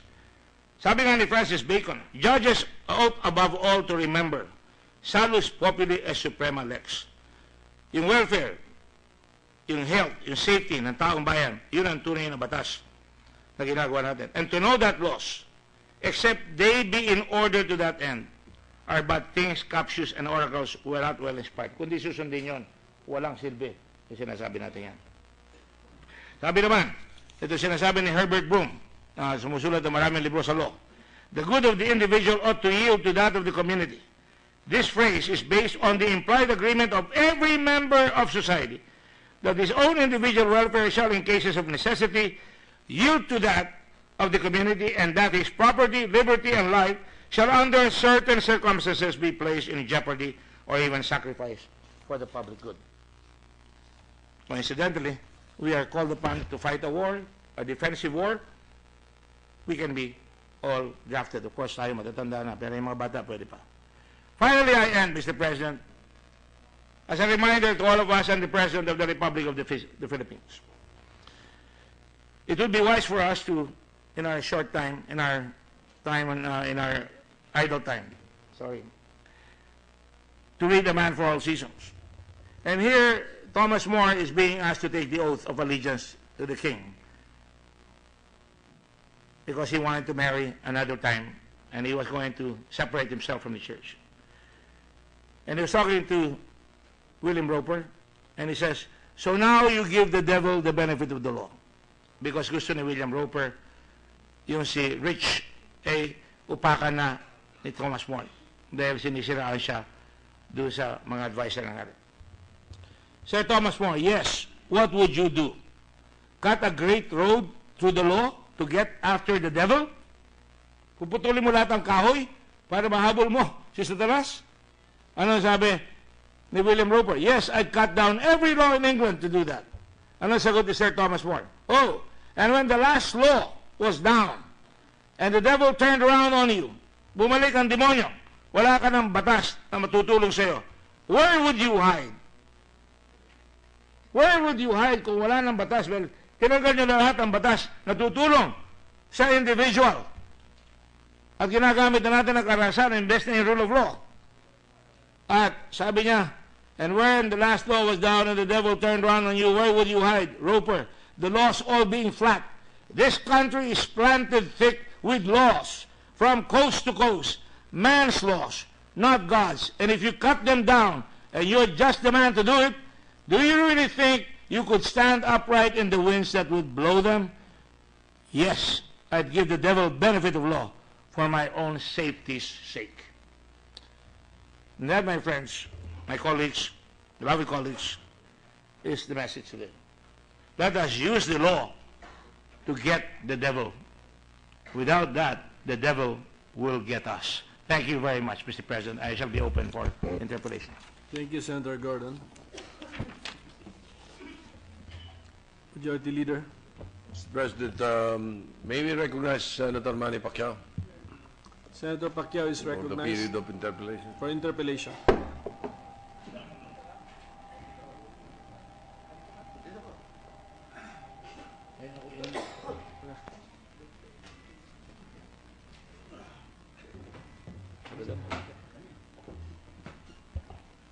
Thank you, Mr. President. I just want to clarify sa statement po, Mr. President, ng aking colleague kanina sa kanyang privilege speech, sa early ng kanyang privilege speech on this illegal illegal drugs problem in our country. Sinabi nyo na mayroon tayong kailangan gawin para masugpo o mabawasan ang krimen dito sa ating bansa. Gusto ko pong malaman, Mr. President, kung ano yung mga paraan para mabawasan o matigil itong mga illegal drugs activities dito sa ating bansa. Mr. President, I, for the record, will yield to the questions of the gentleman from General Santos and Sarangani, and I will answer the questions. I already stated some of the things that I've said there. We will have courts that will open 24 hours. We will add prosecutors. Dadagdag tayo ng mga prosecutors. Dadagdagan natin yung mga panlaban ng Estado. Pero hindi natin i-violate. Kaya meron akong pinasok na inimbento, if you will, yung kung merong writ of kalikasan, meron tayong gagawin dito sa Senado, yung writ of the Salus Populi Suprema Lex. Because kung gagamitin mo yung habeas corpus, hindi papayagan. Mahirapan tayo. So marami po yan. To this crimen, illegal drugs problem sa ating bansa, maraming, nandiyan na yung, given na yung may pao tayo para suportahan o dipinsahan yung mga mamayan natin na dapat nangangailangan ng depensa. Pero yung, ang tanong ko po, Mr. President, is ano ba ang nararapat o makakatulong para masugpo at mabawasan itong mga illegal drugs na ito? Mas mabilis siguro kung at wala pang kaso kung kasama natin lahat. Kaya nga yung batas na pinopropose ko, meron tayong magbabantay doon sa mga karahasan na maaaring ganapin. At ito ay ang prinsipyo ng separation of powers para magawa yan. Ano yan? Gumagawa ang husgado ng mga gagawin ng mga korte. Pwede nila sabihin, dinagdagan nila, 200 courts have opened for drugs. Ginawa na nila yan. Gagawin rin na ng legislatura yung mga kailangan gawin, katulad ng pagtatayo ng detention centers, appropriate money for that. Now, upon receipt from the President, kung magagawa niya yan. Marami magagawa talaga. At yan ay nakalagay lahat doon sa ating matrix. Thank you, Mr. President. I just want to know kung ito bang death penalty ay makakatulong para mabawasan o masugpo itong mga illegal drugs sa ating bansa. Maaari rin siguro, pero kanyang pananaw yan eh. Ako, Pinas lang ang tatay ko eh. Dapat gusto ko yung death penalty. Pero sa pananaw ko, gusto ko mahuli yung pumatay sa tatay ko at yung mga kasama niya at magdusa ng for life. Hirapan sila, pati pamilya nila. Sa akin, mas malaking deterrent yun. At mas makatao. Yung iba, gustong ibitay ka agad, gustong patayin. Eh pag pinatay mo, di wala na. Eh paano kung nagkamali ka? Katulad sa Amerika, may mga nagkamali, nakita sa DNA, eh hindi pala yun ang pumatay, hindi pala yun ang nag-rape, eh di nagkamali na tayo. So sa akin, yun ang pananaw ko, and I respect kung anong pananaw nyo na dapat maglagay ng death penalty. Gusto ko pong malaman sa inyong posisyon, Mr. President, kung pabor kayo sa death penalty. Eh sinabi ko na, ako, ang pananaw ko, ayoko ng death penalty. At I'm sure you can respect that. Now, I have every reason. Eh kayo rin, nire-respeto ko, yan ang gusto nyo. Kung anong desisyon ng ating bayan, yun ang masusunod. Pero ang prinsipyo ko will remain.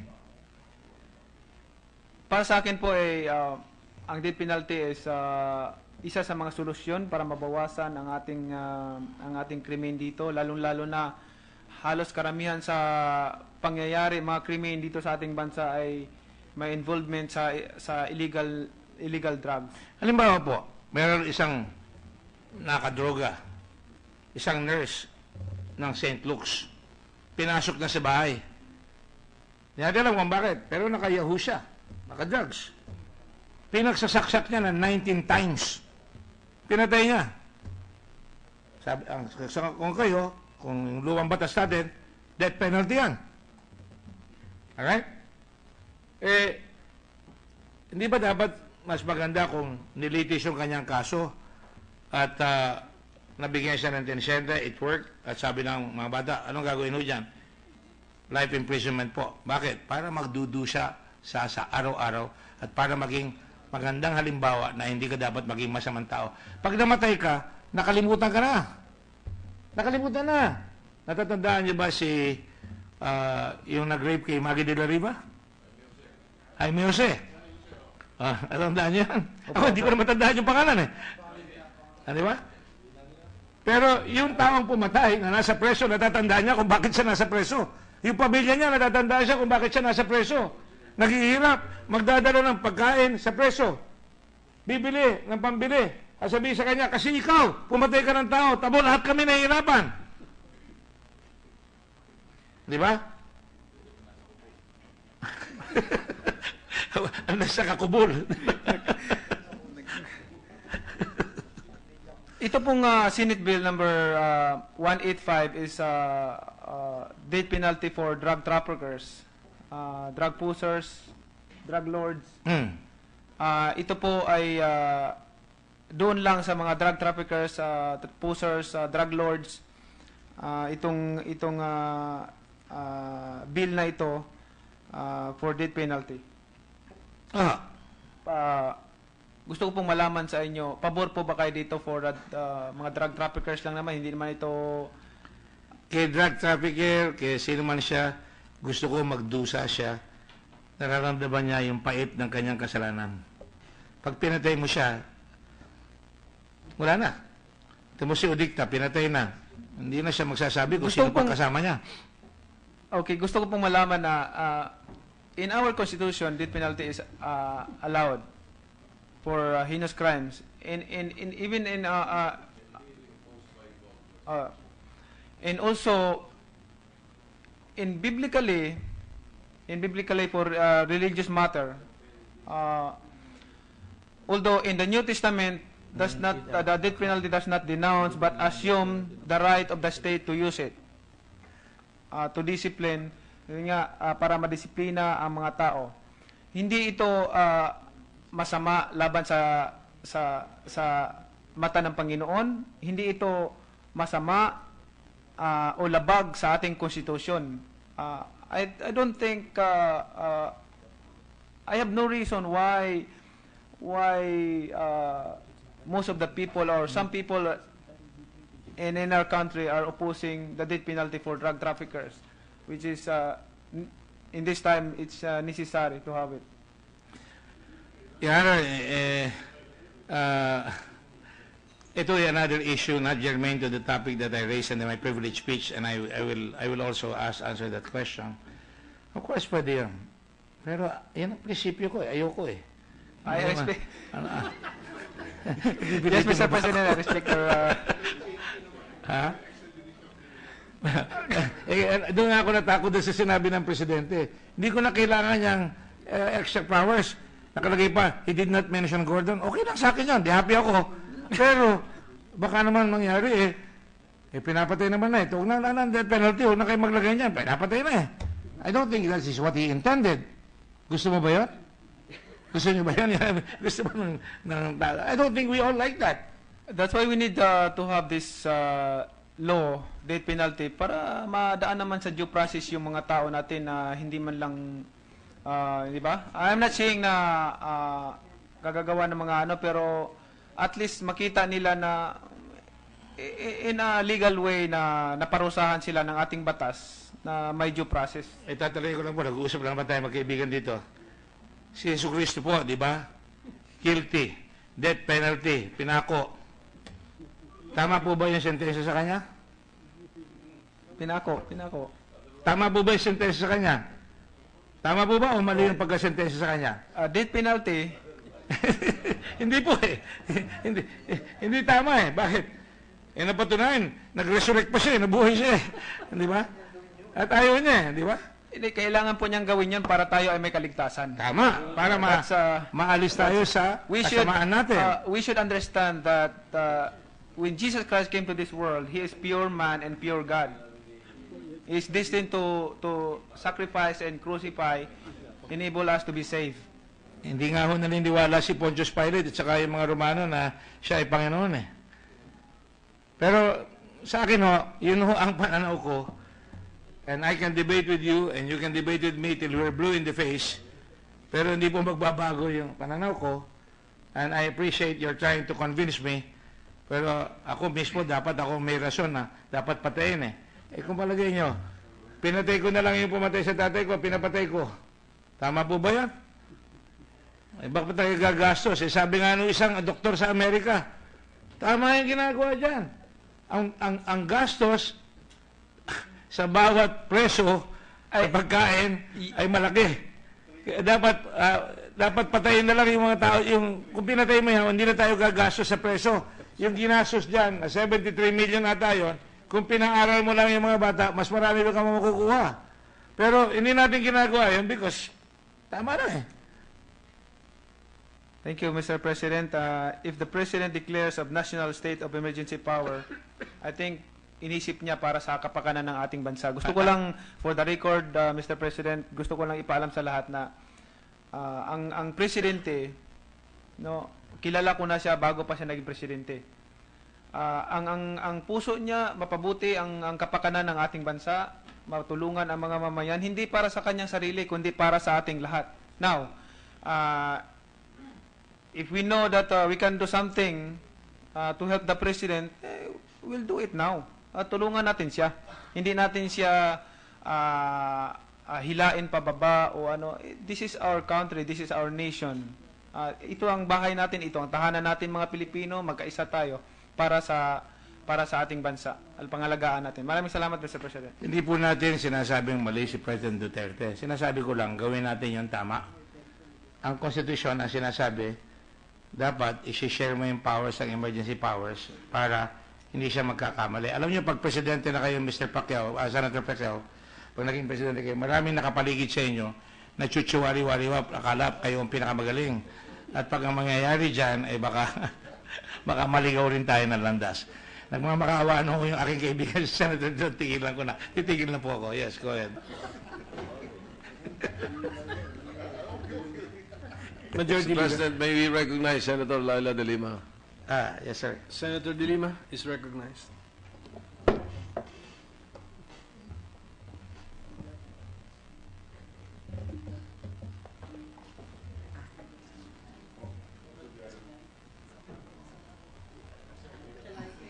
Gusto mo ba doon ako?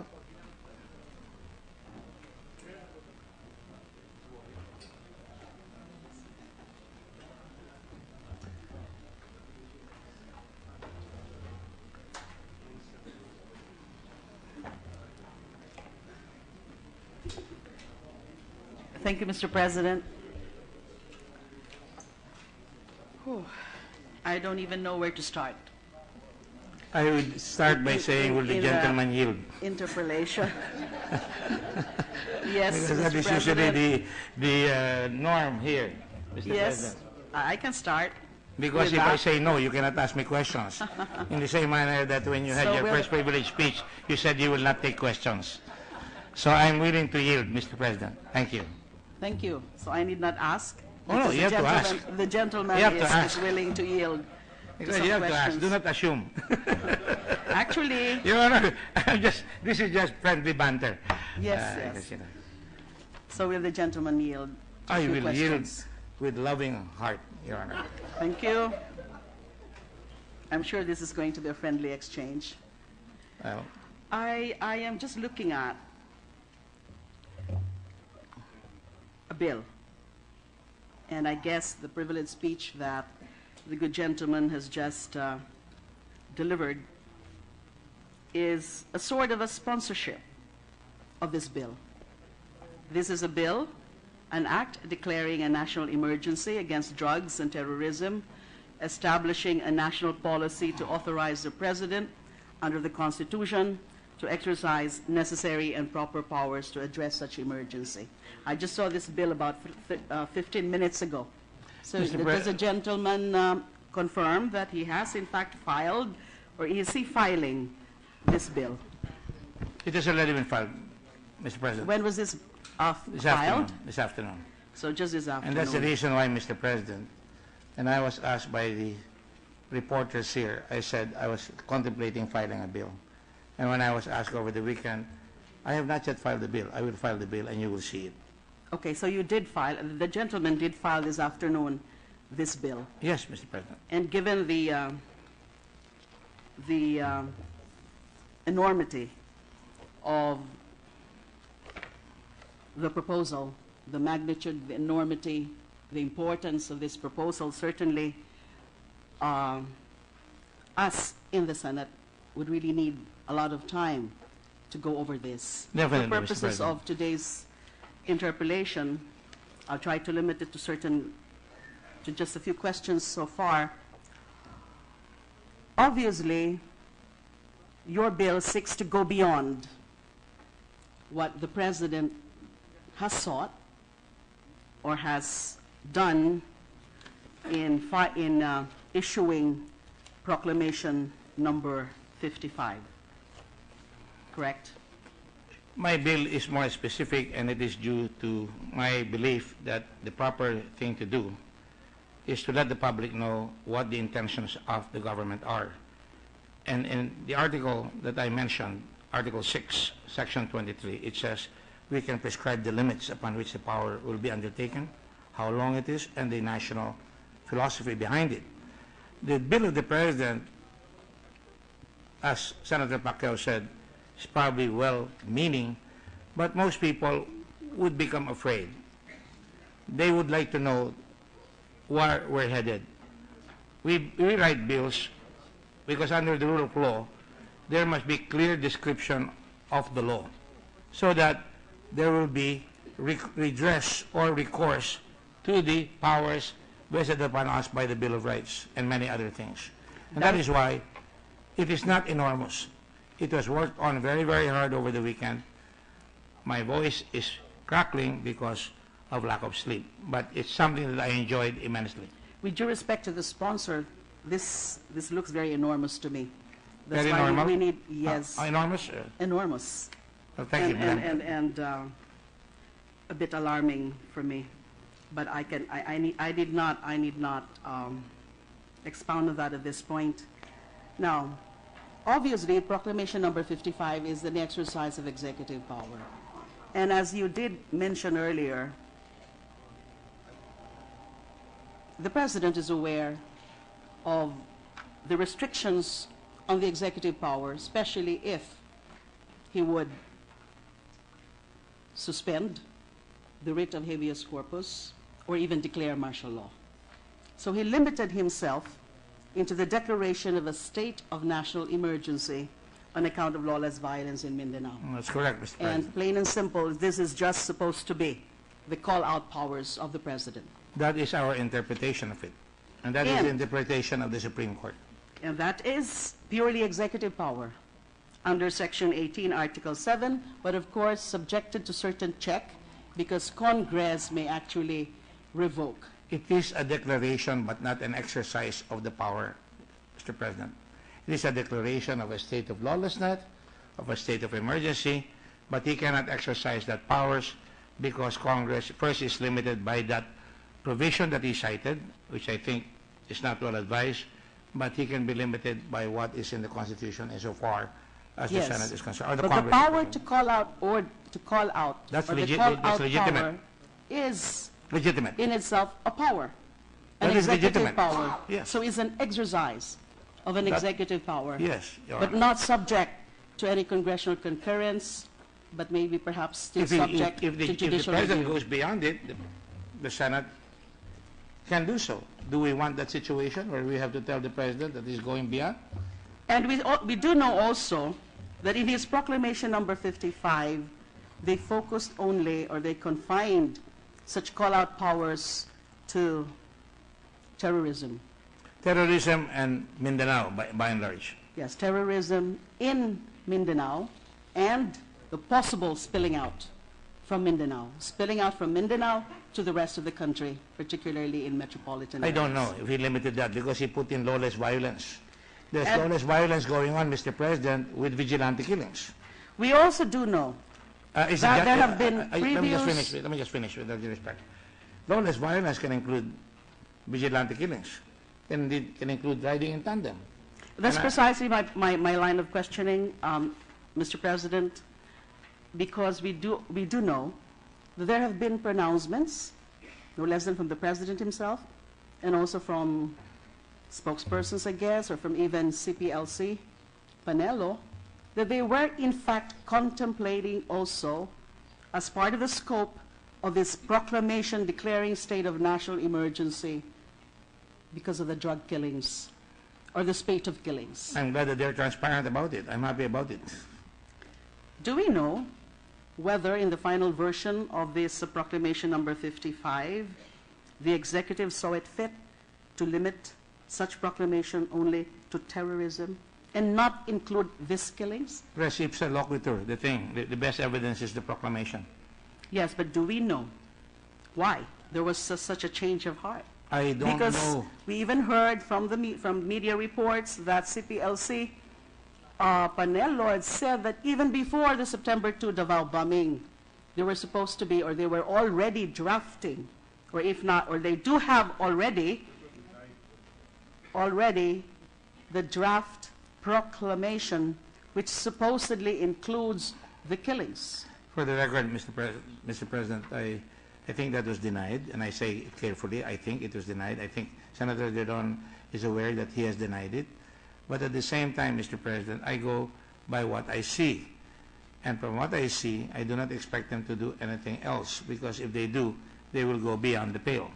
But didn't we hear also the President himself saying that he's also trying to address the killings? That is why he is declaring a state of national emergency and not just a terrorism, because we're being told that that bombing in Davao last September 2 was an act of terrorism. But actually, his own statements also indicate that he, the President, was contemplating including killings in the declaration of national emergency or state of national emergency. For the record, Mr. President, I've only seen the President once since he got elected, and that was on the budget. And I was with other senators, and we were very transparent about it. At the same time, I do not know what is in the mind of the President. I do not know what he dreams. I do not know his ambitions. I just go by what I see. Kailangan ko lang ho talagang banggitin ito at tanungin, baka ho meron nakakaalam sa atin, kasi yun na nga ho, it was rather perplexing to me na ganun ang sinasabi nila, kasama dapat yung mga spate of killings kasi there is lawless violence or lawlessness. Although the next point would be, dahil nga ho may nagsasabi na because of this all-out drive against drugs and criminality overall, we see already our streets as quite safe. And therefore, that would be in contradiction of any theory or any proposition that there is lawlessness. Which? Is there a state of lawlessness or lawless violence, or is there a condition or a state of safety overall in the streets? So probably, if I may speculate, if this representation may speculate, that could be one of the reasons why there was such a change of heart after declaring that they would include, or they are considering including, the case of killings. Mr. President, I dare not speculate. I have heard, for example, that the bombing was caused by Abu Sayyaf and a marriage with the drug lords. And talking I can also say that it could have been perpetrated by a foreign power trying to destabilize the government. I've heard to say in my statement, and I was suggesting that we could even be destabilized by China, just as the British destabilized them in the Opium War. I could say that, but I go only by facts, and I go only with what is seen. After all, we would be called upon when there is something like this that happens to determine what are the factual basis for the declaration, Mr. President. And talking still about the September 2 bombing, has there been any official confirmation or official verification that it was the handiwork of the ASG? Well, the ASG made a statement that they were the ones. Of terrorism. That they were the ones. ASG, they're very proud about it. They said, we're the ones. I'm not sure whether that is accurate, Mr. President. I think after owning up to that incident, to that bombing, and we're not even sure what ASG was this. Was this a faction or another group within ASG? After owning up, wasn't there a disclaimer later? And we have not heard after that from the state security forces whether there has been any confirmation that it was the handiwork of the Abu Sayyaf. I'm not aware of any disclaimer. I do know what I heard and what I read, and that they're claiming that they were the ones who perpetrated it. I'm not in a position to believe that although that is certainly very telling. Nobody says a statement. It's called a statement against interest. And therefore, it makes it look credible that they admit to it. And if they admit to it, you're a lawyer yourself. The distinguished lady is a lawyer herself. One day, if you catch this person who spoke that, you can use it against her, against him, for admitting that they were the ones who perpetrated the bombing. And that is good for us. And that is why I think it's really a very legitimate query that we should be able to really confirm from the appropriate authorities, state authorities, as to the status or the progress of the investigation into that incident of bombing last September 2. Whose handiwork was this? I have not seen any official report from any of the concerned state authority making any conclusion as to who could be responsible for that dastardly act last September 2. Mr. President, that's precisely why I'm saying, and I recited about 405 cases, I think, of bombings all over the country. Practically 95% of them have not been solved. It takes a while. Who Yes, killed and President Kennedy? Who killed Senator Aquino? There have been two presidents who are supposed not to rob the country of their rightful knowledge of closure of who killed them. That's important, but nothing has been done. It's still closed. In the matter of the bombing, the military says, or if I look at Facebook, they say this vice mayor had been captured and that he is part of the bombing. I don't know. I will have to wait until something happens with that. But if the questions are based on speculations, I'm willing to stipulate here that the gentlelady is entitled to speculations, but like Manny Pacquiao, Senator Pacquiao, I'm entitled to my own belief. And if I don't know anything about it, I will answer you forthrightly. Thank you. Still about Proclamation number 55.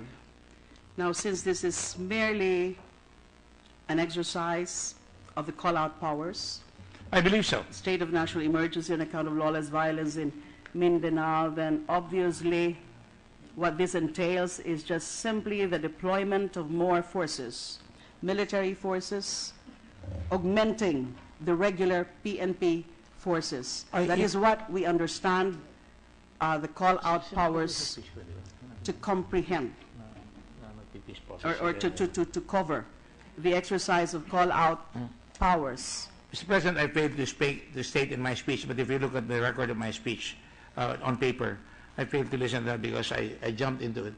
I jumped into another topic right away, too early enough. I said that the President was smart enough or clever enough Yes. to have peace agreements or temporary peace agreements or ceasefires is the better word, with the MILF and with the, I would say, with the NPA, so that now he can now put more forces to bear in Sulu, in Basilan, and in Lanao, and hopefully eradicate the menace.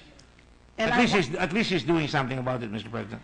And I wonder whether we have any update on exactly how much forces now have been deployed The last time I heard pursuant to this all-out powers. they put out 8,500 troops, I believe, in Sulu, and they put in another battalion or a couple of battalions in Lanao. That's again speculative. I just read, and what I read, And do we have any updates also on exactly how this call-out powers is being exercised in metropolis or in metropolitan areas? Well, obviously, Mr. President, we don't need an update because you see Army troops on the streets, on checkpoints, and police. And, Mr. President, I don't know whether we want to talk about that here, how much troops we deployed, because that will tip off the enemy. Security would be important. Well, I can understand that. I'm just trying to understand exactly the scope now of the call-out powers and how it's being implemented. And now you are putting up the proposition, the good gentleman from Olongapo is putting up the proposition that these call-out powers may not be sufficient to address a situation that we have now. And that is why the sponsor would want to expand the coverage of any additional powers, emergency powers, whatever, also not only to terrorism, but also to the drug problem or the killings that we are now seeing. Is that the premise of this bill? Yes, Mr. President, we're sworn to protect the public, and I would like to ask my EA to show something that I would like to show here, and which is a movie about riding in tandem, a very short clip on riding in tandem. Mr. President, we have been besieged by this menace of riding in tandem. All of us, every Filipino, is in danger of being shot by anybody riding in tandem. We're there, Mr. President. If you take a look at it, can you just we will rewind it. Can we turn off the lights, please? And maybe the audience can also see what I'm trying to say here. If you look at the picture, Madam President, Mr. President, you can see that this happened in Isabela on November 13, 2015. A car is coming out, man is driving it with his wife and his daughter. Two men come out of the woodwork and start spraying the car with tremendous amounts of firepower. The car goes forward, but they missed. And so they didn't actually miss. They shot him, but it was not fatal. They had about several bullet wounds, but he was able to escape. And take a look. They came back. Hinabol pa. And we wait 30 seconds because they keep firing their weapons at the man. That's not just impunity. Talagang malakas ang loob talaga na makakalusot sila. And so, nakikita natin, naghihintay tayo, lumabas ngayon, yung mga bumaril, naghihintay na yung motorsiklo, sumakay yung tao, and up to now, wala pang nahuhuli just sa pumatay na yan. We brought that man here in Manila and hid his family. Kilala ito ni Lisa Entreveros, if I'm not mistaken. You know them, right? Si Mark, May we know when this incident happened? When 2015, this incident took place? March, in Isabela. March of this year. And Senator Entreveros is aware of this. Now, Mr. President, you can see, naglipana ang mga taong katulad yan na pumapatay na lang. Ang dami-dami napapatay. And that is why, yes, thank you for that. But that is why we're investigating this.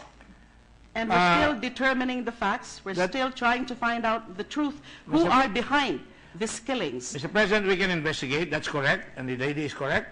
But we must do something about it. That is why I have filed the bill on motorcycles. And I will show you a picture, Madam President, immediately after this. A picture that the reason why we cannot capture these people is because the plate numbers are not used, or the plate numbers are so small.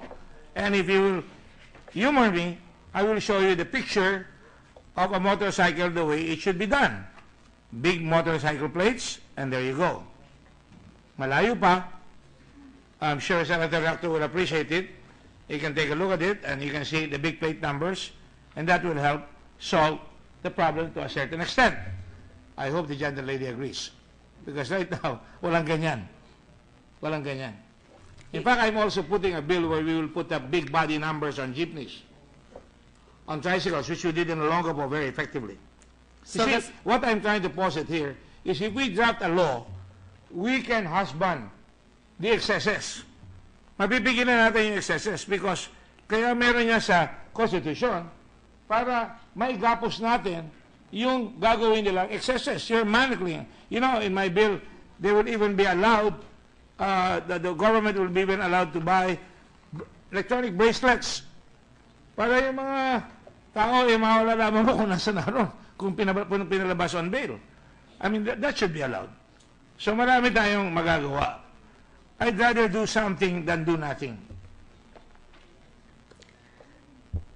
That's very laudable, of course, on the part of the sponsor, but I do want to really scrutinize, especially the enumeration of the powers, the additional powers that this bill proposes to grant the President, because this is an emergency powers. Yes, ma'am. And when we tackle emergency powers, then we have to be very careful that each and every additional power that we intend to grant the Chief Executive would all be within the bounds of the Constitution, and that these powers really are those that are necessary, those that cannot be, well, the situation or the problems that are intended to be remedied by the grant of the so-called additional special emergency powers cannot be done under the current laws or under any of the current laws. That's why I would want to go over the enumeration of the additional powers that this bill seeks to grant the President. Mr. President, that is, of course, the privilege of every senator to read it. In fact, Mr. President, I said, my premise, my statement, my speech by saying I would like to have a conversation with all our colleagues. My speech was laced with help us, let us help find a way. You heard me say that, Mr. President, and that is why this is a collegial body. We should find a way, the best way, but we should not allow one branch of government to have superiority over all.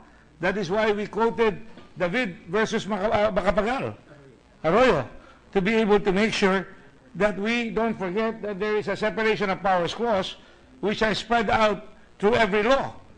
And that is why I'm confident, and I hope and pray that you will scrutinize it and you will provide us with the necessary solutions if there are any shortcomings that I fail to see. Thank you. For purposes of today's discussion, I just want to point out in relation to terrorism, in relation to the Abu Sayyaf, for example, we are of course aware that the ASG has been judicially prescribed already. As an international... Last year. An international terrorist Yes, pursuant to the provisions of the Human Security Act, the DOJ has actually filed the appropriate petition before a regional trial court. I'm not sure anymore whether it was RTC Basilan or RTC Sulu. For violation of the international humanitarian law, domestic law? Under the Human Security Act. Oh, I'm sorry. It has been judicially prescribed pursuant to the provisions of the Human Security Act. It has been judicially declared as a terror organization. They were only declared by the international organizations as an international terrorist organization. As a terror organization within the purview of the Human Security Act. And therefore, given that judicial prescription of the ASG as a terror organization, then we would now be able to authorize the law, that the courts would now be able to authorize interception of communications. In other words, we would now be able to relax the provisions of the anti-wiretapping law. And also measures like examination of bank deposits or bank accounts of this terror organization, also as provided for under the Human Security Act. My point is that some of these powers that are enumerated in the bill may be unnecessary in a form of an National Emergency Act. That is the privilege of the gentle lady, and I'm willing to accept any amendment that she may have later on. But insofar as I'm concerned, these are amplifications or fortification or fortifying some of the provisions there. For example, we say there, instead of 20 days, we go to 30 days insofar as extending the period. We say, for example, that we have amplified the insofar as the freezing of accounts, insofar as preliminary attachment. That is not in the Human Security Act. In the Human Security Act, you only have 3 days, and you have to file the case right away.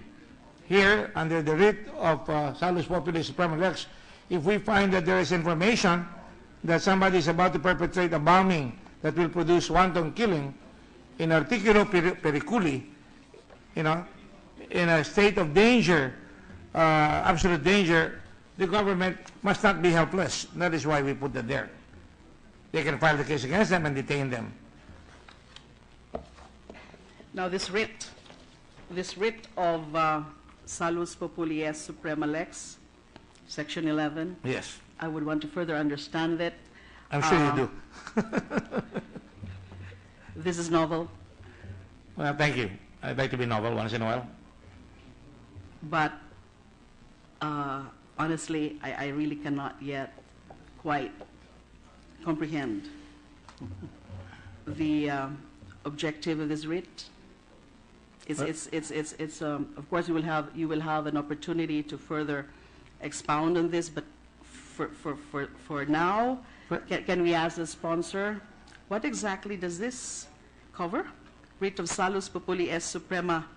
It covers cases where the state perceives a very clear and present danger that a severe attack is going to be made using the regular processes of the law. They will not be able to invite him or detain him or keep him in custody.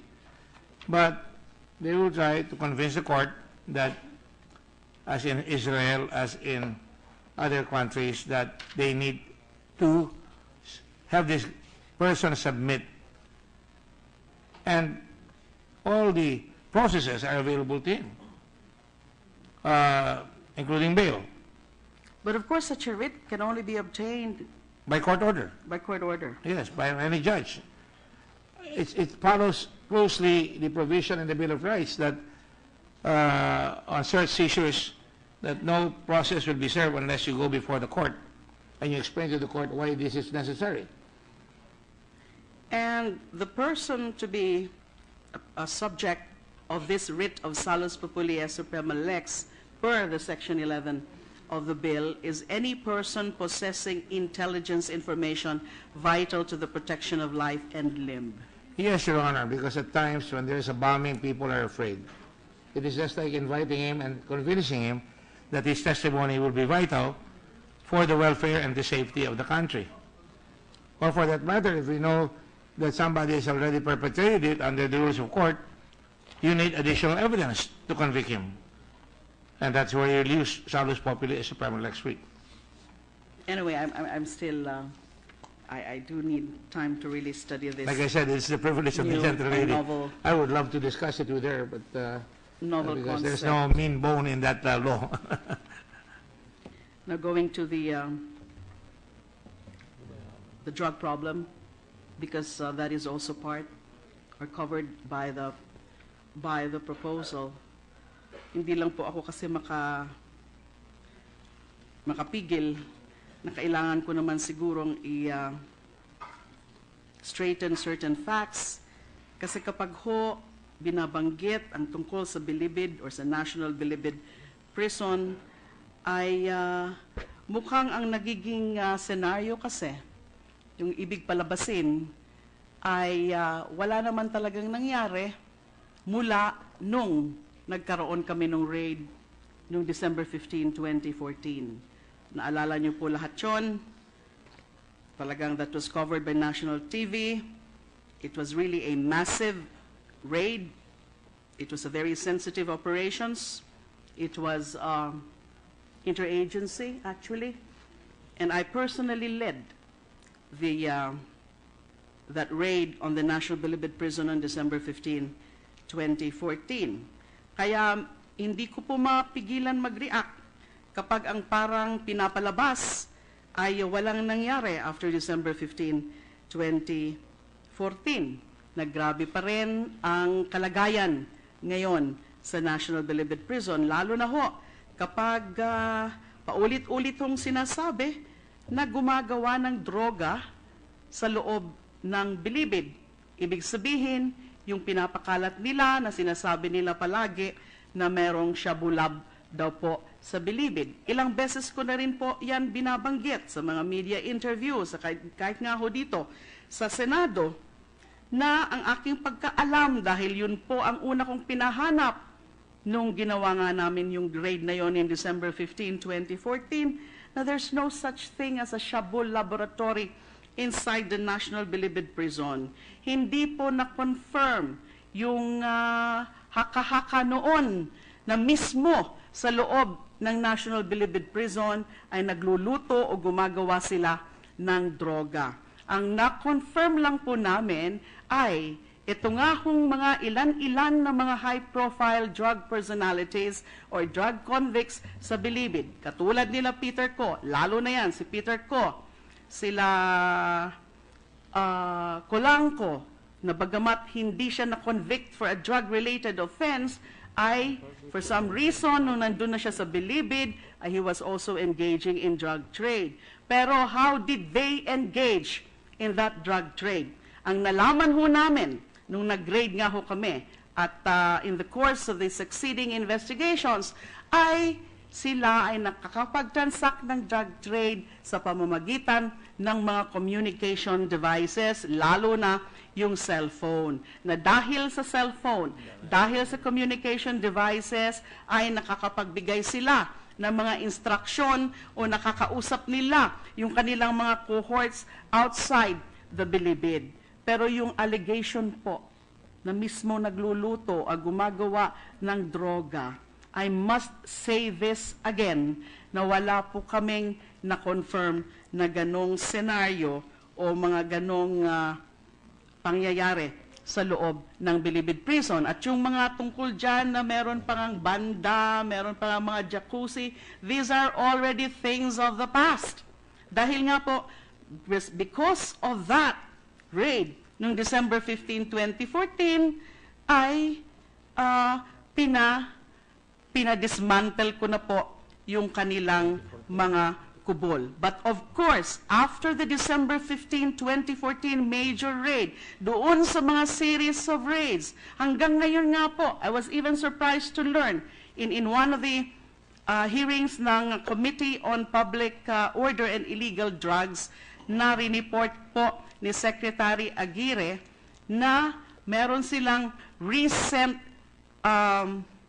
raid na nakakuha pa rin sila ng ilan-ilan na mga kontrabando doon sa mga high-profile drug inmates na katulad ni Peter Ko, na supposedly nandyan na sila sa safe and secure facility called Building 14, and supposedly ang nagbabantay na po sa kanila ay mga SAF.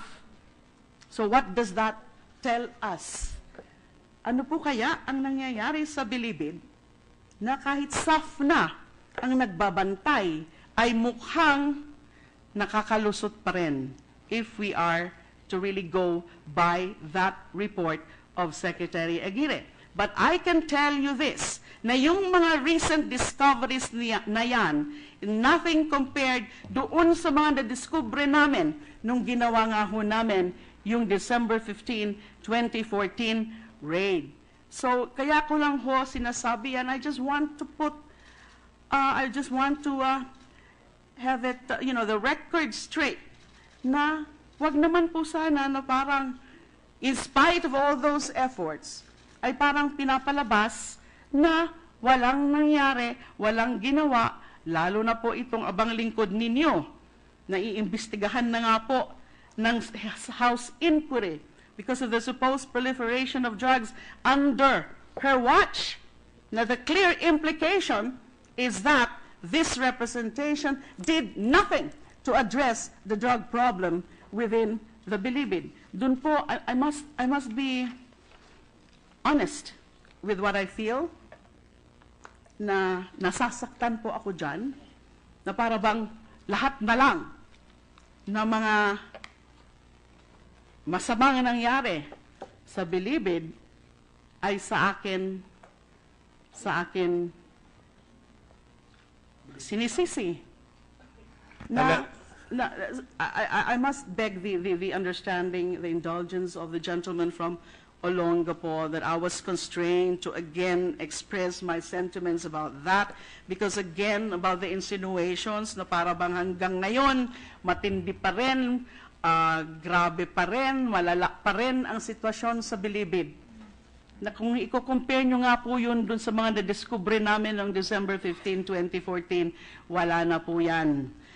It already paled in comparison because we did something, we stopped it, we demolished those kubols, we transferred, we isolated those high-profile drug convicts, including yung sinasabi niyo pong drug convict na may death threat sa isang justice ng Supreme Court. I got that information also prior to the December 15, 2014. Kaya nga po, isa siya doon sa mga pinalipat ko temporarily to the NBI detention facility. I suppose that the good gentleman from Olongapo and my colleagues would understand why I'm reacting in this manner.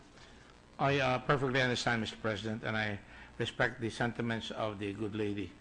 I far be it from my mind to have any insinuation. If I said anything such as that, it's just that I distinctly heard the PNP chief say that there were drugs being manufactured inside Bilibid. And I did not say you were the one manufacturing it or you had anything to do with it. I merely want to state that.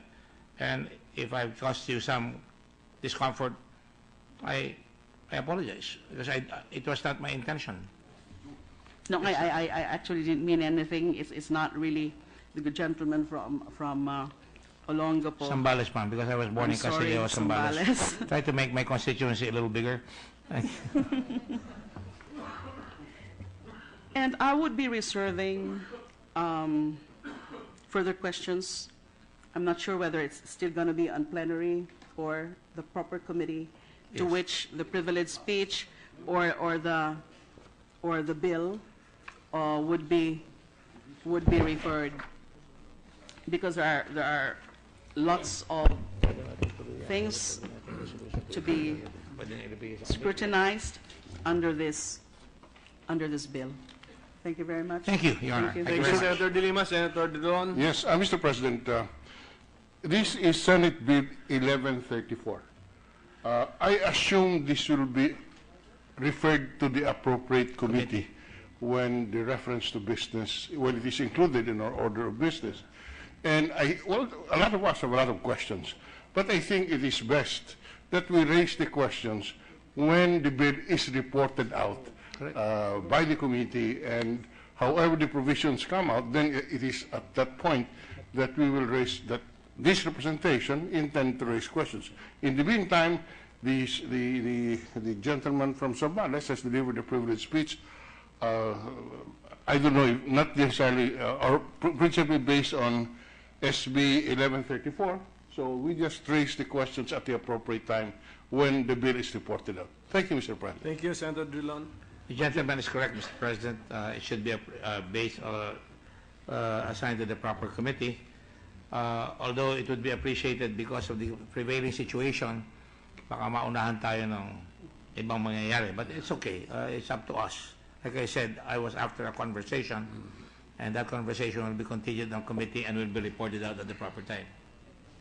Majority Leader. Yes, thank you, Mr. President.